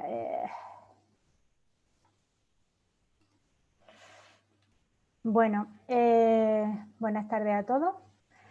Muchas gracias por invitarme a este foro como ginecóloga aquí al final, en una patología que, bueno, es importantísima para la mujer y yo diría que es una oportunidad para los ginecólogos que, bueno, pues posiblemente esta síntomas no lo conocemos porque lo llevamos tratando relativamente hace poco tiempo. Realmente la definición de los síntomas del tracto urinario inferior, yo voy a ser un poco más clínica, son un conjunto de síntomas funcionales, como su definición estandarizada lo dice, son síntomas funcionales que tienden a la cronicidad relacionados con la edad, pero no específicos de género ni de órganos. Incumbe tanto a hombres como a mujeres y abarca síntomas de llenado y síntomas de vaciado. Son los síntomas de llenado mucho más frecuentes que los de vaciado y sobre todo en la mujer y especialmente la incontinencia. Por tanto, esta definición ya de por sí obliga a un abordaje multidisciplinar. El papel del ginecólogo en este campo, pues nosotros desde el punto de vista fisiopatológico, todos estos síntomas se vienen incluyendo en lo que es la disfunción del suelo pélvico. Hay que entender el tracto urinario inferior como una unidad funcional integrada en el suelo pélvico, ya que participa en la continencia mediante la coactación y el soporte uretral. Pero también el ginecólogo tiene un papel o una ventaja asistencial. El ginecólogo trata toda su vida a la mujer a lo largo de su vida y la mujer resulta que es un grupo de riesgo de esta patología. No solamente las diferencias anatómicas, sino también algunos factores específicos como la paridad son los que van a determinar posiblemente la mayor prevalencia de la incontinencia en la mujer. Y el ginecólogo va a estar presente a lo largo de la vida de la mujer y va a ser testigo de estos factores de riesgo. Por tanto, tenemos bastante que decir. No voy a ahondar en esto del impacto clínico económico, que ya se ha dicho, pero sí que desde el punto de vista clínico, yo creo que lo que debemos saber los clínicos es que lo que a la mujer le va a afectar no es lo que nosotros podamos ver, es lo que le limita a ella en su actividad. Y eso es lo que le tenemos que preguntar. Y es muy importante también que si no tratamos adecuadamente se va a crear una morbilidad secundaria, sobre todo depresión y ansiedad, que asimismo va a ir perpetuando el problema. También se ha dicho que está infratratada porque está oculta por los propios pacientes, por miedo, porque no tengo solución, sobre todo la paciente mayor, la más joven dice que le da vergüenza, pero también tenemos un papel los profesionales. Estamos poco sensibilizados, quizá porque no conocemos bien la patología y porque existe una dificultad, lógicamente, en el manejo. Y esto, pues lógicamente, va a aumentar las complicaciones y los costes, ¿no? Entonces, es importante la detección y el cribado que se puede hacer desde el punto de vista la atención primaria, pero también el ginecólogo de base, porque, como he dicho, el ginecólogo es casi el médico de cabecera de la mujer. Y esto se puede hacer por un cribado oportunista, tanto por cuestionario específico, pero si no, simplemente preguntas directas. Hay que decir que esto debemos de ofrecérselo a la mujer a cualquier edad. No debemos de hacer pensar que la incontinencia es algo consustancial a la edad. Debemos de darle la oportunidad también a las mujeres más mayores. Y también es interesante preguntarles si quieren o no tratamiento. Y si no quieren tratamiento, hay que pensar también que esto es una condición crónica pero dinámica y que hay épocas o tasas de remisión y tasas de incidencia. Por tanto, periódicamente deberíamos de hacer este cribado. Todos estos síntomas de llenado, de síntomas del tracto urinario inferior de llenado que he mencionado, se resumen o se reúnen en un síndrome que es el síndrome de la vejiga hiperactiva, que se define como la presencia de urgencia miccional normalmente asociada a la frecuencia aumentada, a la nocturia, con o sin incontinencia, que puede ser una vejiga seca o una vejiga húmeda, y en ausencia de infección u otra patología. Es decir, que la vejiga hiperactiva, por definición, es idiopática. Esta definición lo que ocurre es que va a hacer que el diagnóstico clínico pues sea bastante limitado, porque es un diagnóstico clínico basado en la subjetividad de un síntoma. No tenemos un dato medible, objetivo, ni un umbral que nos diga hasta qué punto estos síntomas representan una significación clínica o una trascendencia para la mujer. Por tanto, lo que repercute o la trascendencia clínica va a venir determinada por la afectación de la calidad de vida. Y esto es lo que va a guiar nuestras decisiones clínicas. Y por otro lado, existe una serie de patologías generales o uroginecológicas que van a dar síntomas similares. Otra cuestión que complica el problema del diagnóstico es que normalmente va a haber diferentes perfiles clínicos. Hay mujeres que asocian varios síntomas o un síntoma solo y qué tipo de síntomas. Se sabe que la incontinencia y la nocturia impactan notablemente en la calidad de vida. En este aspecto, mencionar simplemente que cuando evaluamos que la nocturia, que es muy frecuente en personas mayores, es el síntoma predominante y el síntoma que más afecta, hay que considerarlo, aunque forma parte de la vejiga hiperactiva, pero hay que tener en cuenta que es un síndrome de etiología multifactorial que merece pues, una consideración especial. Por tanto, el diagnóstico es una historia clínica. Una historia clínica lo que más importante es la anamnesis, que sea muy detallada y que sea muy dirigida. Tenemos que identificar y definir el perfil clínico de cada paciente y las necesidades de cada paciente. Así como las patologías asociadas para descartar patologías, bueno, pues que sea secundaria a otros problemas. Entonces tenemos que hacer una labor de investigación de todos los síntomas del tracto urinario inferior, tanto de llenado como de vaciado, porque pueden confluir en el mismo paciente. También debemos de investigar disfunciones asociadas. Como he comentado, esto es una patología que se encuadra dentro de la disfunción del suelo pélvico y normalmente estas disfunciones pueden ir asociadas. Todo ello aumentaría la complejidad del problema.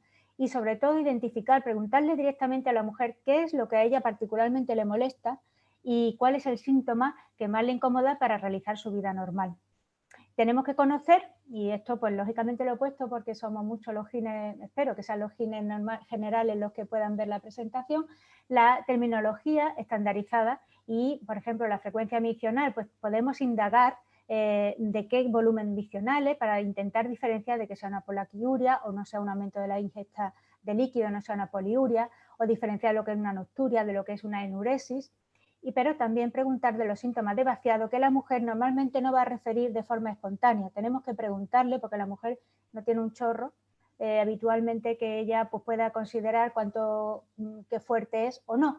Y entonces normalmente hay que preguntarle directamente y a veces te dicen porque tienen que hacer fuerza para orinar o se quedan con ganas. En esta historia clínica, lógicamente, lo primero es identificar todos estos factores de riesgo que son factores de riesgo pues, reversibles o potencialmente tratables, pues la demencia, las infecciones, la atrofia, polimedicación. Existen otros factores de riesgo, que son la obesidad y el sedentarismo, que están demostrados que pueden predisponer y perpetuar el problema si no se le pone solución. Y mención especial a la polimedicación. El 38% de las mujeres que consultan por síntomas de tracto urinario inferior están polimedicadas y el 57% de estos fármacos son fármacos que influyen en la función miccional, bien porque actúan en el balance de líquido o bien porque actúan directamente en la vejiga o en la resistencia uretral. Existe una patología general o uroginecológica que va a dar estos síntomas y que nosotros normalmente como ginecólogos podemos ver más frecuentemente, que son los prolapsos de órganos pélvicos, la atrofia, las infecciones urinarias y el dolor pélvico. También la cirugía pélvica radical por la denervación que pueda ocasionar y la cirugía de la incontinencia con la banda suburetral. Todos estos síntomas tenemos que, como son muy subjetivos, deberemos intentar objetivarlo lo mejor posible. Nos ayudamos del diario miccional, que nos va a objetivar los síntomas, valorar qué volumen miccional, la ingesta, la capacidad vesical, y es imprescindible para evaluar la nocturia. Y después la severidad. La severidad mediante los cuestionarios como el ICQ, el cuestionario de autoevaluación de la vejiga, que nos van a determinar la severidad del problema en función de la frecuencia y en función de la cantidad de las pérdidas. Y es que la severidad puede ser un marcador indirecto de la calidad, del impacto de la calidad de vida, que es lo que tenemos que evaluar continuamente.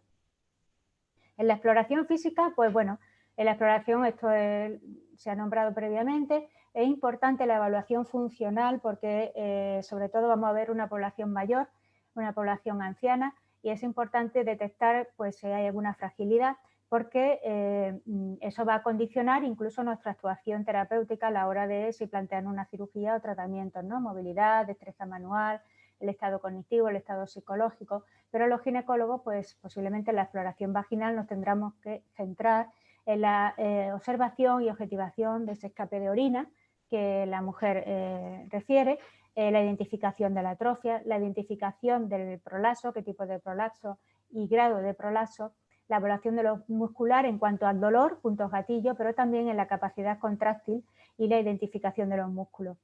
El tacto rectal para descartar la impactación fecal, que a veces es un motivo frecuente de problemas urinarios en las personas mayores, y sobre todo acompañar de pruebas complementarias que son ineludibles como el análisis de orina. El residuo, aunque no es obligatorio, es muy recomendable cuando la mujer refiere síntomas de vaciado o existe una cirugía previa.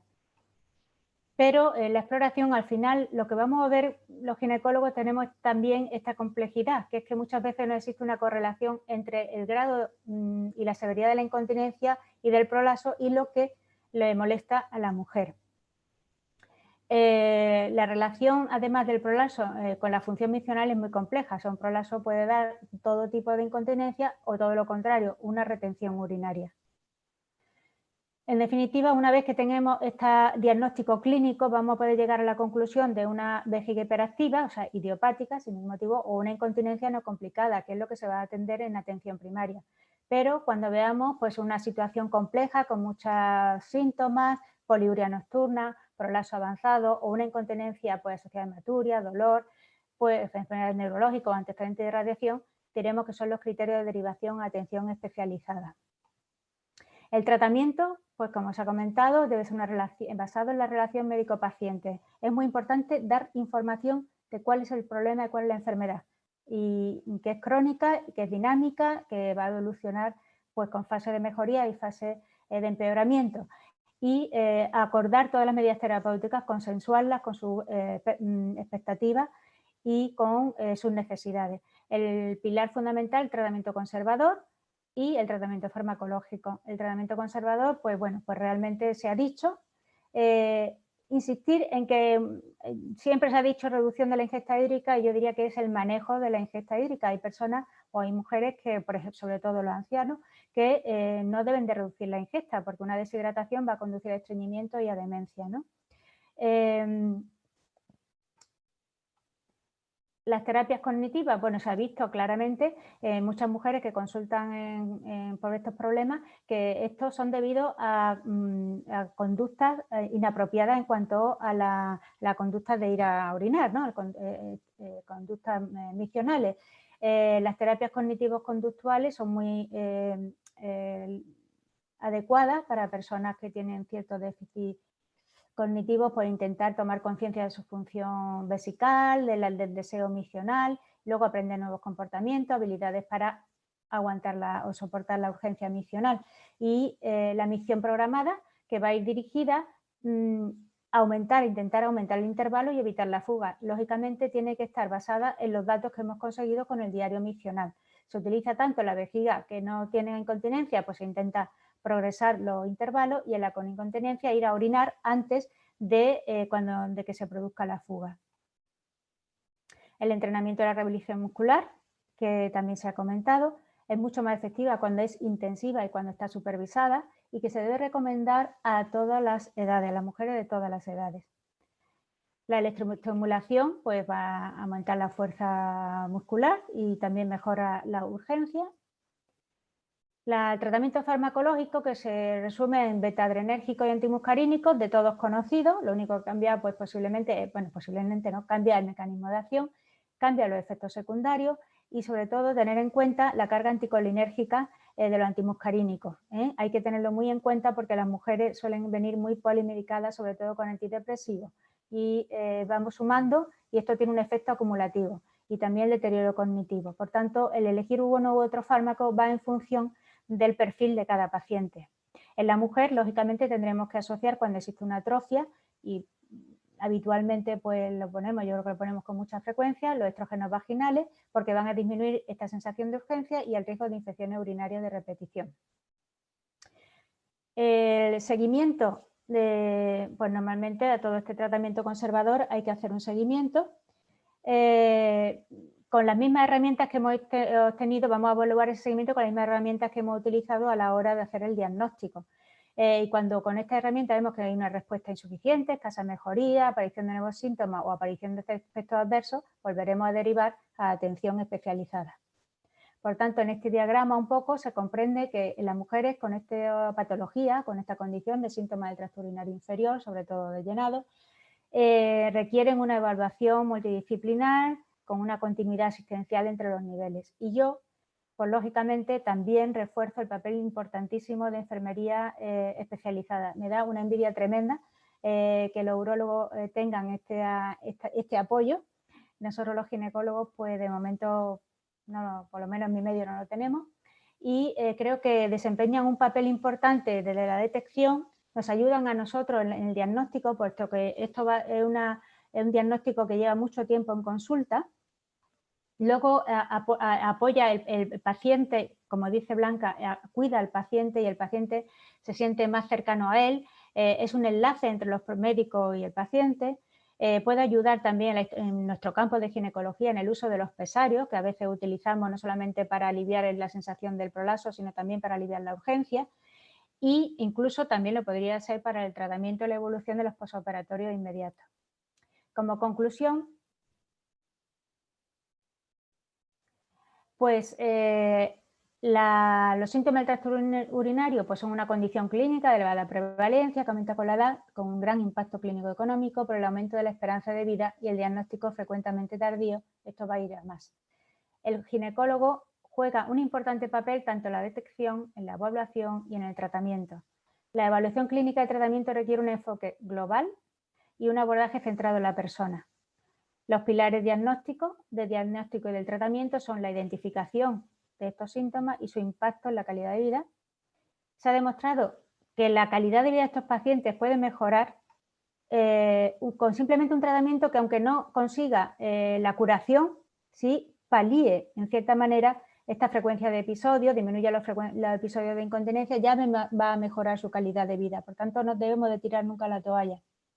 Y es una condición clínica que va a presentarse de diferentes maneras en la mujer y que va a presentar diferentes necesidades. Por tanto, requiere un abordaje multidisciplinar tanto a nivel en la asistencia primaria como en la asistencia especializada. Muchas gracias.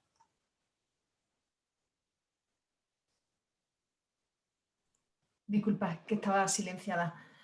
Muchas gracias a ti, Elisa. Muy interesante. Has completado esta imagen plural de un problema silenciado, como hablabais, y que ha contribuido a que tengamos esta imagen más plural y multidisciplinar que la que teníamos inicialmente. Han sido unas exposiciones excelentes. Muchas gracias a los tres. Y si os parece, pues vamos a dar paso a las preguntas, verificando la asistencia justo antes de hacerla. ¿Qué tal? De nuevo os proponemos que hagamos la verificación de asistencia. Como os recordamos que este webinar es un conocimiento de interés científico y por tanto estamos obligados a verificar la asistencia al mismo. La información que os vamos a dar por pantalla la tenéis en el chat en 30 segundos. Tenéis que acceder a la URL www.easp.ws/urinario, todo en minúscula. Os pedirá el documento de identidad o el número alternativo que utilizáis para la inscripción y a continuación el código de verificación es el 92. Os pasamos la información al chat. Continuamos con la jornada. Bueno, pues si os parece vamos a dar lugar a iniciar el debate. Yo también quiero felicitar a las 3 personas, a los 3 ponentes que nos han hecho unas magníficas intervenciones, cada uno con su punto de vista y abordando temas diferentes, pero de un mismo problema de salud, ¿no? En ese sentido, hay una pregunta, voy a ir haciendo algunas preguntas de las que ya han ido haciendo en el chat y si van llegando nuevas preguntas, pues trataremos de poder hacerlas. La primera pregunta la hace Daniel Carrasco Muñoz y se refiere a que, de qué forma puede influir la presencia de hemorroides según grado, consecuencia del estreñimiento en el síndrome del tracto urinario. Y creo, o al menos la pregunta la hizo en la intervención de la doctora Blanca Madurga. O sea que si quieres, Blanca, contestar tú. Bueno, la hemorroides en sí es un síntoma, o una patología que aparece tras el estreñimiento. La hemorroide en sí influye poco en el contexto del agravamiento de los síntomas del tracto urinario, pero sí su origen, que es el estreñimiento. No cabe la menor duda que una impactación fecal constante y crónica a nivel en la mujer, a nivel de lo que es el suelo vaginal, que es el techo rectal, influye grandemente en la vejiga hiperactiva. Por eso una de las principales medidas higiénico-dietéticas que las guías europeas reconocen de mejora de los episodios de urgencia y de la frecuencia miccional es el control tanto de la obesidad como del estreñimiento. Porque no cura, porque por desgracia no es una enfermedad que podamos curar, pero sí que va a aliviar sus síntomas. El que después de una paciente con un estreñimiento crónico tenga hemorroides, bueno, esto es un problema que también del suelo pélvico, pero que no nos va a afectar a lo que es la vejiga hiperactiva. Muchas gracias, muy clara tu respuesta. Hay otra pregunta de Carlos González Lara, que te pregunta que el test de esfuerzo en la exploración física, ¿a cuál te refieres? ¿A qué test de esfuerzo te refieres? Pues el test más sencillo, que es el primer test que debemos hacer todos en la exploración de la mujer, es con la vejiga llena, pero cuando hablamos de vejiga llena en la exploración, ojo, no vamos a hacerle una ecografía, no tiene que haberse bebido 2 litros de agua y tener una vejiga que le llegue al ombligo, sino con las ganas normales de orinar, con las que ella en su casa iría a hacer pis, pues tumbamos a la paciente, le doblamos las rodillas. Yo aprendí de los ginecólogos que si le decimos que junten sus talones y abran las rodillas como si fuera una ranita, nos dan mucho más campo del suelo pélvico. Y entonces yo les digo eso, que junten los talones y que abran las rodillas como si fueran una ranita, y entonces les hacemos toser, sencillamente tosa fuerte, y entonces hacen, no, fuerte, tosa fuerte. Y entonces en un vasalva fuerte vemos cómo sale el chorrito de pis si hay una incontinencia urinaria de esfuerzo. Y con ese test, eso nos dice que hay un esfuerzo. Luego podrá estar unido a una vejiga hiperactiva, habrá urgencia, ¿no? Pero incontinencia urinaria de esfuerzo, si al toser se escapa la orina, existe y es un test muy fácil, ¿no? Si la paciente tiene, por ejemplo, un prolapso asociado, que vemos que cuando tose se sale por la vagina, le sale un bulto que puede ser la vejiga, o un prolapso apical que sale su útero, o un prolapso rectal, pacientes con un estreñimiento crónico que les va a salir un prolapso posterior, el recto va a protruir por fuera de la vagina. El test de esfuerzo procuraremos hacerlo reduciendo el prolapso, es decir, pues con una pincita, una torunda, metemos el prolapso hacia adentro o los dedos, pero mejor con algo que no nos oprima la uretra, y entonces la hacemos toser, porque hay veces que hay incontinencias de esfuerzo ocultas que nos cuenta la paciente, unas veces toso y se me escapa y otras veces no, dependiendo de lo fuera o no que tenga el prolapso en ese momento. Es un test muy fácil, muy sencillo de hacer y bueno, y nos da el diagnóstico de incontinencia urinaria de esfuerzo. Muchas gracias. Y hay una última pregunta también para ti en este momento, ¿qué tipo de diuréticos son los que más afectan a la vejiga hiperactiva? Todos los diuréticos afectan a la vejiga hiperactiva. Lo que pasa es que, porque lo que hacen es aumentar el volumen miccional. Al aumentar el volumen miccional en una vejiga que no tiene capacidad porque protesta y se contrae y echa la orina para afuera, lógicamente cuanto más llenemos las vejigas, más episodios de incontinencia y de urgencia va a tener la paciente. Lo único que tenemos, los diuréticos cuando un paciente los está tomando no es gratuitamente. El médico de cabecera o el internista que receta un diurético a un paciente es porque lo necesita por uno u otro problema, una insuficiencia cardíaca, una insuficiencia renal o cualquier problema que es imprescindible, es una medicación que no podemos retirar. Pero lo que sí que debemos saber es que lo toma, decirle al paciente que lo está tomando y que esto le va a agravar su vejiga y que contra eso no podemos luchar.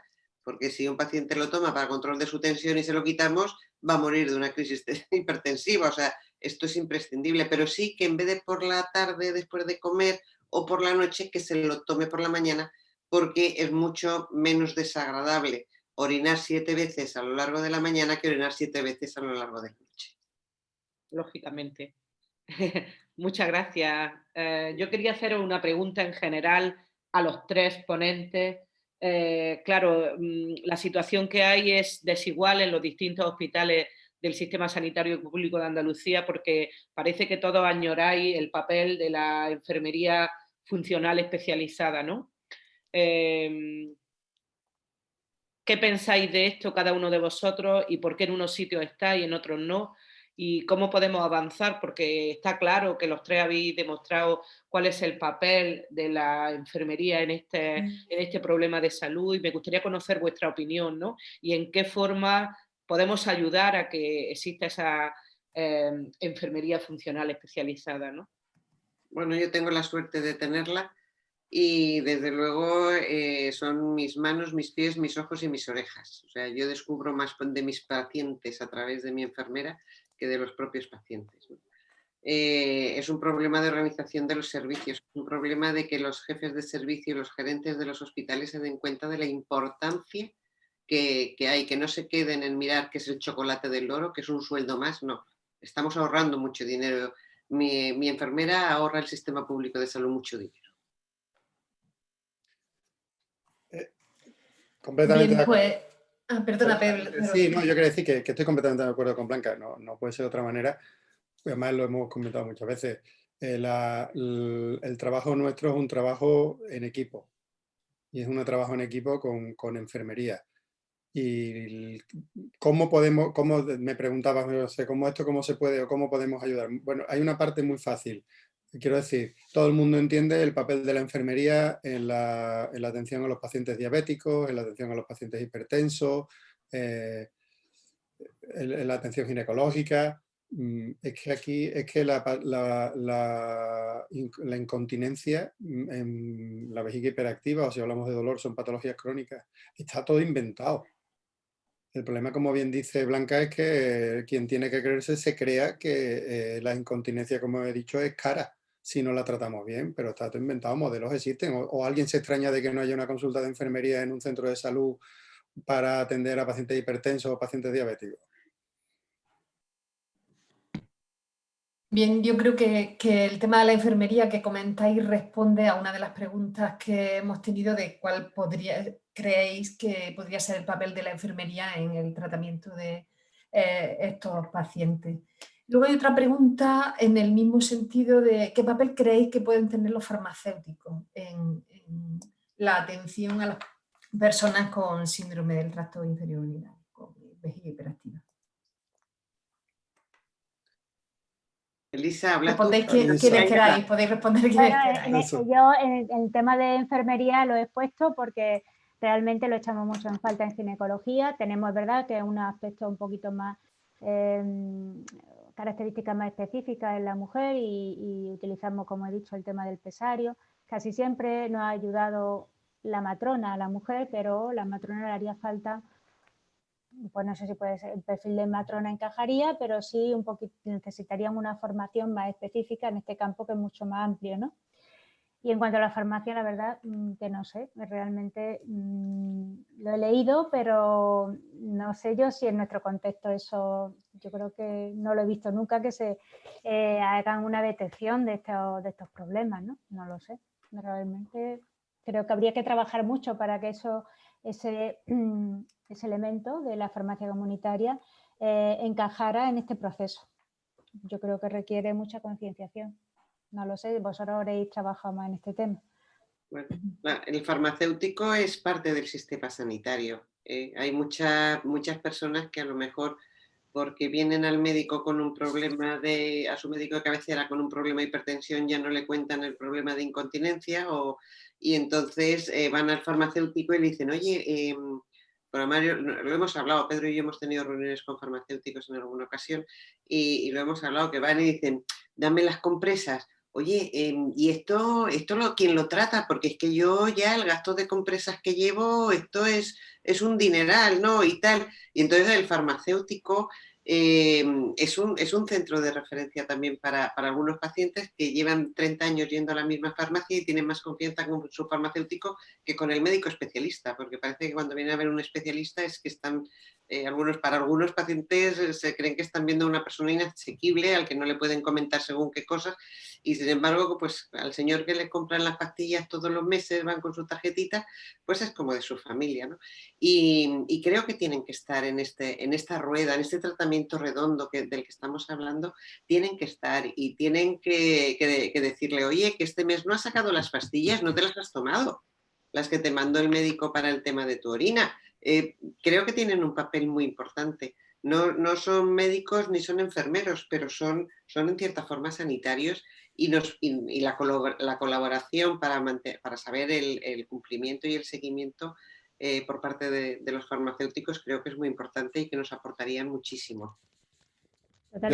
Totalmente de acuerdo, que habrá que yo creo que es una pieza que encajaría perfectamente y ayudaría muchísimo, sí. Yo estoy de acuerdo no tengo mucho más que abordar, simplemente en el año, hace 2 años, el 18, o el 19, también por hay un documento de abordaje integral del síndrome del trastorno urinario inferior firmado por 11 sociedades, entre las que ella está la de farmacia comunitaria. Y yo la pregunta que os iba a hacer a vosotros, cuando me has preguntado lo de la farmacia, yo decía, ¿antes o después del COVID? Porque yo antes del COVID pienso que tenía un papel importante, porque como bien dice Blanca, los absorbentes se dispensan en la farmacia, ¿no? Y hay muchas veces, y si tienes pacientes, como yo he puesto en la presentación, tienes pacientes que piensan que eso es normal, pues a lo mejor hay alguien el que está más cerca para preguntarle eso puede ser muchas veces un farmacéutico comunitario. Pero es que ahora posiblemente se van a hacer todavía más críticos.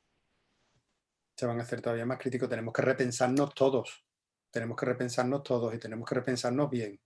Y yo creo que aquí somos todos necesarios a la hora de establecer un diseño de una estrategia de trabajo con, como digo, con pacientes, con pacientes que son invisibles.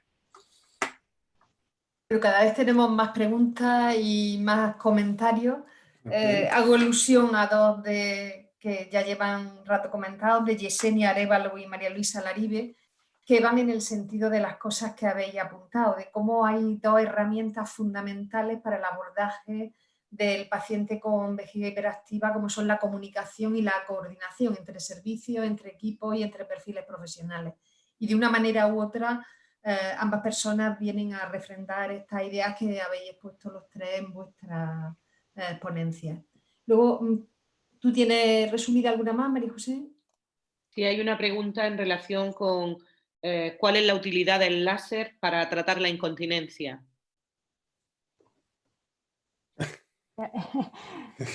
Elisa, venga, tú o yo. Hombre, de evidencia ahora mismo para la incontinencia no hay. Hay una incontinencia que pueda mejorar a lo mejor una incontinencia leve ocasionalmente, pero no hay evidencia. Sí que tiene evidencia a lo mejor para la atrofia genitourinaria, pero para la incontinencia yo creo que no. Totalmente de acuerdo. Igual. Hay una pregunta más en relación, más que una pregunta, es también un comentario que hace Pepi Masero, que si creéis que sería interesante crear la figura del paciente experto en incontinencia urinaria para ayudar a otros pacientes a través de talleres de la escuela de pacientes. Sí. Sí, yo creo que todo lo que sea sumar es bueno. Yo creo que sí.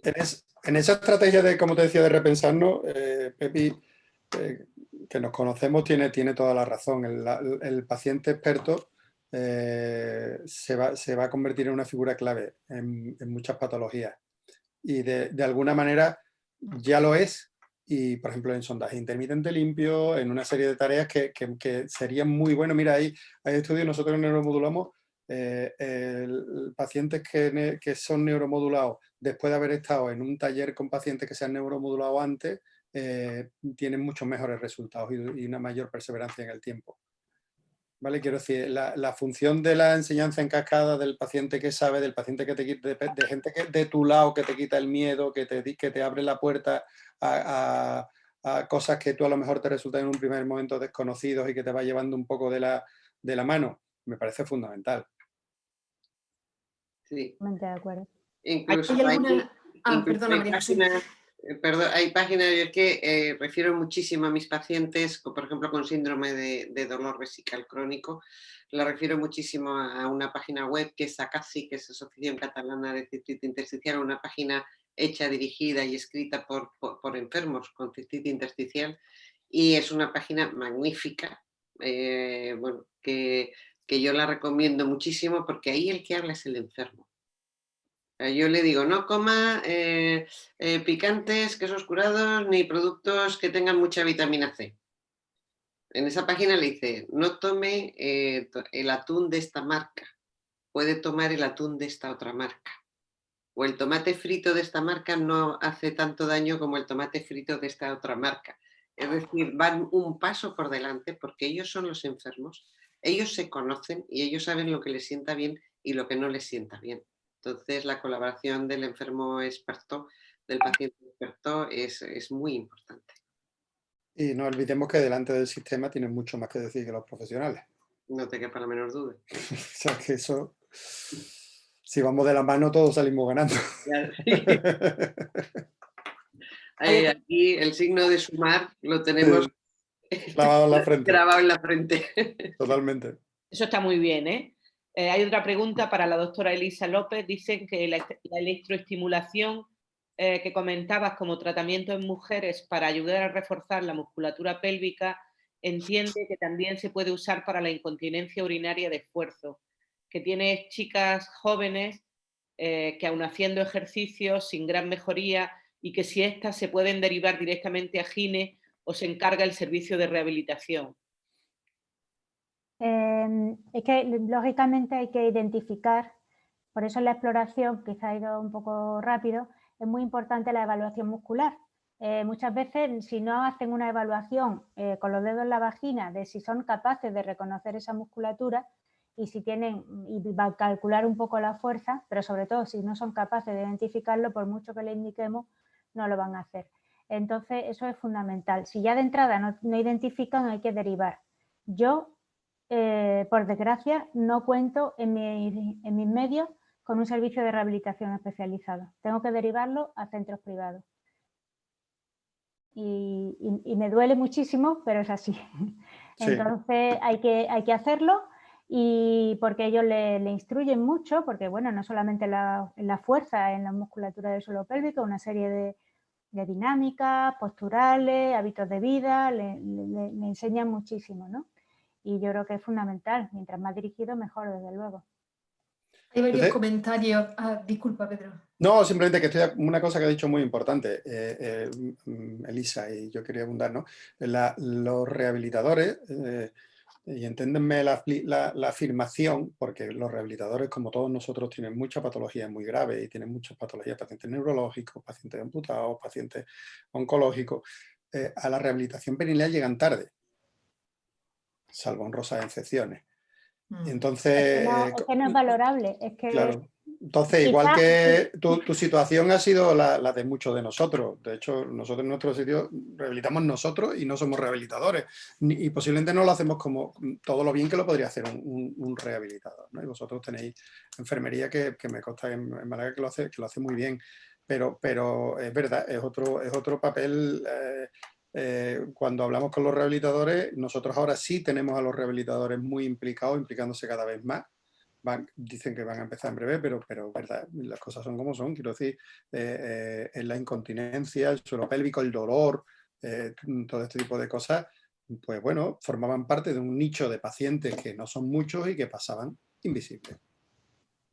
En ese sentido hay un comentario en el que, bueno, de algún modo ha quedado claro y patente la necesidad en esta patología de un trabajo multidisciplinario en equipo, por el bien de los pacientes sobre todo, pero se preguntan que en qué lugar quedaría la fisioterapia de suelo pélvico en este sistema, el sistema sanitario público de Andalucía, entiendo, puesto que creo que es mucho lo que puede aportar y de hecho ya lo está aportando, ¿no? Y algún comentario más, debe haber bastantes fisioterapeutas conectados, y dice que, bueno, que trabajan diariamente con incontinencia, prolapso, hiperactividad vesical, prostatitis bacteriana, etcétera, y que, bueno, de algún modo, ¿cuál es el papel de la fisioterapia de suelo pélvico, ¿no?, para vosotros?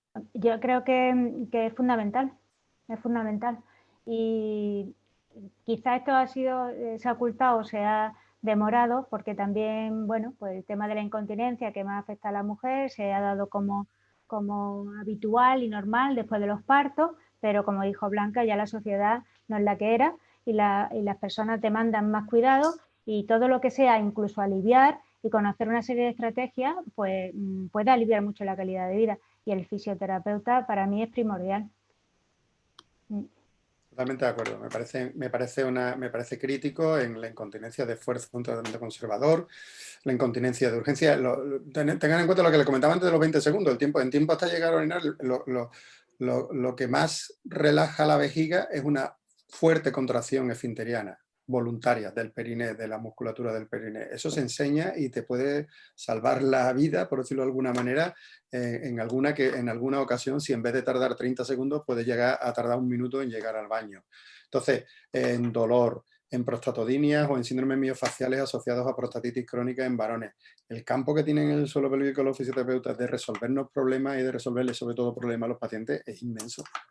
Y sin efectos secundarios. Y sí, El tema tiene un campo impresionante, muchas veces, bueno, en el dolor ni te digo, y además muchas veces pues todo el rato que se tiran con el paciente, aparte de la información, de la educación, del apoyo emocional, y lo que tú dices, Pedro, aunque ganen unos segundos, ya empodera, ¿no? En el momento en que empiezan a ganar un poco más de tiempo y que consiguen que ese día se les escape una vez menos, eso va empoderando también al paciente. Claro que sí, o sea, que no es simplemente la labor del ejercicio muscular, sino que es pues tratar globalmente al paciente, que es de lo que se trata, ¿no?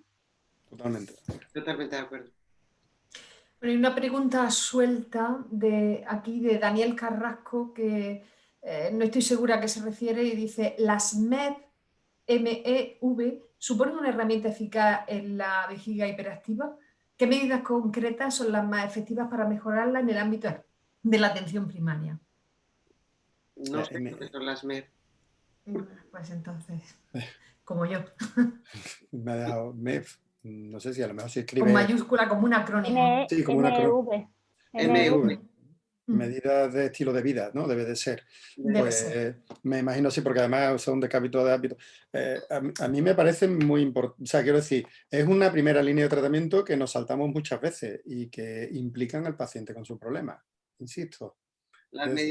Si son las medidas de estilo de vida, las primeras medidas más efectivas, como hemos repetido yo creo que los tres un poco, son control de la obesidad, control del estreñimiento, que el paciente no ingiera un exceso ni un defecto de líquidos, y cuando hablamos de líquidos no hablamos de agua.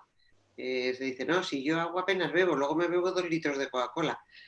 No, tenemos que hablar de líquidos como todo elemento líquido que el paciente toma, y esto pues con 2 litros al día pues es más que suficiente.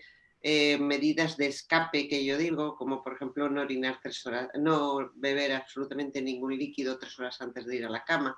A las pacientes mayores que dicen, es que yo me tomo la pastillita de dormir cuando me acuesto. Bueno, pues se la toma usted con un buchito de agua pequeñito, no beba un vaso de agua por una pastilla, si no se tendrá que levantar a orinar.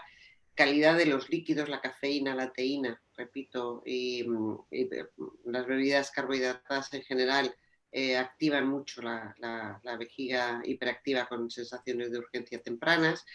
Y bueno, luego pues acostumbrarse a vaciar bien la vejiga. Hay gente que va, hace pis y si le hiciéramos a todos un residuo después de esa micción rápida, probablemente tuvieran un residuo alto, con lo cual indica que a los 10 minutos va a volver a tener su vejiga llena porque no la vacía convenientemente y entonces vuelve a tener ganas de hacer pis y hay frecuencia elevada. Entonces, pues enseñarles a que tienen que sentarse, orinar, dejar su tiempo, relajar las mujeres que tienen muy fácil la micción, porque con relajar el esfínter es suficiente, no necesitan presión del detrusor para vaciar su vejiga, pero sí que necesitan tiempo.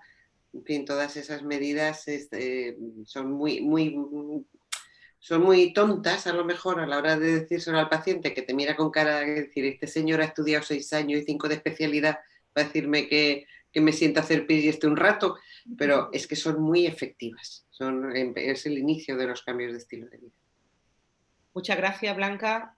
No hay muchas más preguntas en el chat, o al menos no que nos hayamos dado cuenta, y yo quería lanzaros una pregunta en relación con la investigación en esta patología y si sabéis que se estén estudiando algunos biomarcadores urinarios para hacer una detección precoz de la vejiga hiperactiva y al mismo tiempo si se están estudiando estos biomarcadores o si hay algún biomarcador que se esté estudiando, ¿cómo nos va a beneficiar hacer un diagnóstico precoz de la vejiga hiperactiva? Yo no soy consciente de que se esté estudiando a nivel de biomarcadores la vejiga hiperactiva. Hasta donde yo llego El único biomarcador es la medición del espesor del detrusor, pero eso ya sí, está instaurado. no es una cosa nueva. Sí. Hasta ese momento que yo sepa no hay ningún biomarcador que yo sepa que se esté estudiando. Si hay alguno y me lo dicen, yo encantado para saber por dónde van los tiros. Creo que todo va más por una... si hay un tema de investigación ahora o si hay un tema digamos que pueda resultar importante y es un tema de investigación serio, es cómo atender a estos pacientes en la época que vienen. Las herramientas, la inteligencia artificial, los cuestionarios electrónicos igual que el cuestionario que se han contado en papel, pues que tú puedas hacer cuestionarios que la gente los pueda hacer en su casa, que te los puedan mandar, que puedas tener una información remota de los pacientes, ¿no? Y eso es investigación también. Igual que también es investigar, quizás en una investigación clínica, establecer, valorar niveles de satisfacción con una atención remota, con una atención por teléfono, ¿no? Porque nosotros hablamos de telemedicina, pero ahora mismo lo que hacemos con la gente, el 99.9% de la gente es llamar por teléfono, ¿no? Entonces, creo que si esto de verdad nos lo creemos y sabemos que esto es lo que va a haber en el futuro, pues bueno, quizás debería ser una puerta que debiéramos abrir, ver cómo se van a ir implantando distintos tipos de atención remota, que llamo yo, porque telemedicina es como estamos hablando nosotros ahora, si eso va a aparecer o no va a aparecer, cuándo va a aparecer y cómo vamos a enfrentarnos a eso, ¿no? Muy bien, pues ya veremos cómo nos afecta esa telemedicina o como queramos llamarlo, ¿no? También, como tú has comentado antes, Pedro, a lo que sería también la adherencia al tratamiento. Totalmente. De los pacientes, ¿no? Isabel, si quieres, cierras tú la mesa, no hay más preguntas. Bueno, para mí me ha parecido una mesa excelente, con un nivel que realmente ha superado nuestras expectativas y especialmente interesante por dedicarse a lo que no es fácil y no se dedica a mucha gente, pero sin embargo sí es muy importante para los pacientes, ¿no? Patologías que no tienen solución rápida, sino que significa acompañar a las personas y ir buscando las mejores soluciones. Y en este sentido, pues como pacientes y como profesionales, pues os damos las gracias por lo interesante de vuestros contenidos y por el nivel que habéis presentado. Esperamos contar con vosotros en otras ocasiones y muchas gracias por haber estado aquí. Ha sido un placer que contarais con nosotros. Muchísimas gracias, sí, ha sido un Lo que placer. queremos es recordaros a todos, bueno, decir que la asistencia ha sido muy alta, más de 200 personas conectadas. Queremos agradecer no solo a los ponentes, que ya creo que ha quedado explícito, sino también a los que nos habían acompañado, profesionales, pacientes, que habéis estado con nosotros a lo largo de esta tarde, y recordaros que esta es la primera parte del webinar, que haremos una segunda parte abordando el tema de la hipertrofia benigna de próstata el próximo 19 de noviembre. Es una continuación, pero son dos webinars independientes, por lo tanto tenéis que volver a inscribiros si estáis interesados, y el plazo de inscripción creo que finaliza en un par de días. Quiero agradecer de nuevo a Stella Pharma su aportación en este patrocinio para que la Escuela Andaluza de Salud Pública haya podido hacer este webinar y dar visibilidad a esta enfermedad o a esta patología que, como ya habéis comentado, pues es una patología a veces invisible. Así que muchas gracias a todos y os esperamos a los que queráis el 19 de noviembre. Gracias. Muchas gracias. Muchas gracias. Muchas gracias. Buenas noches.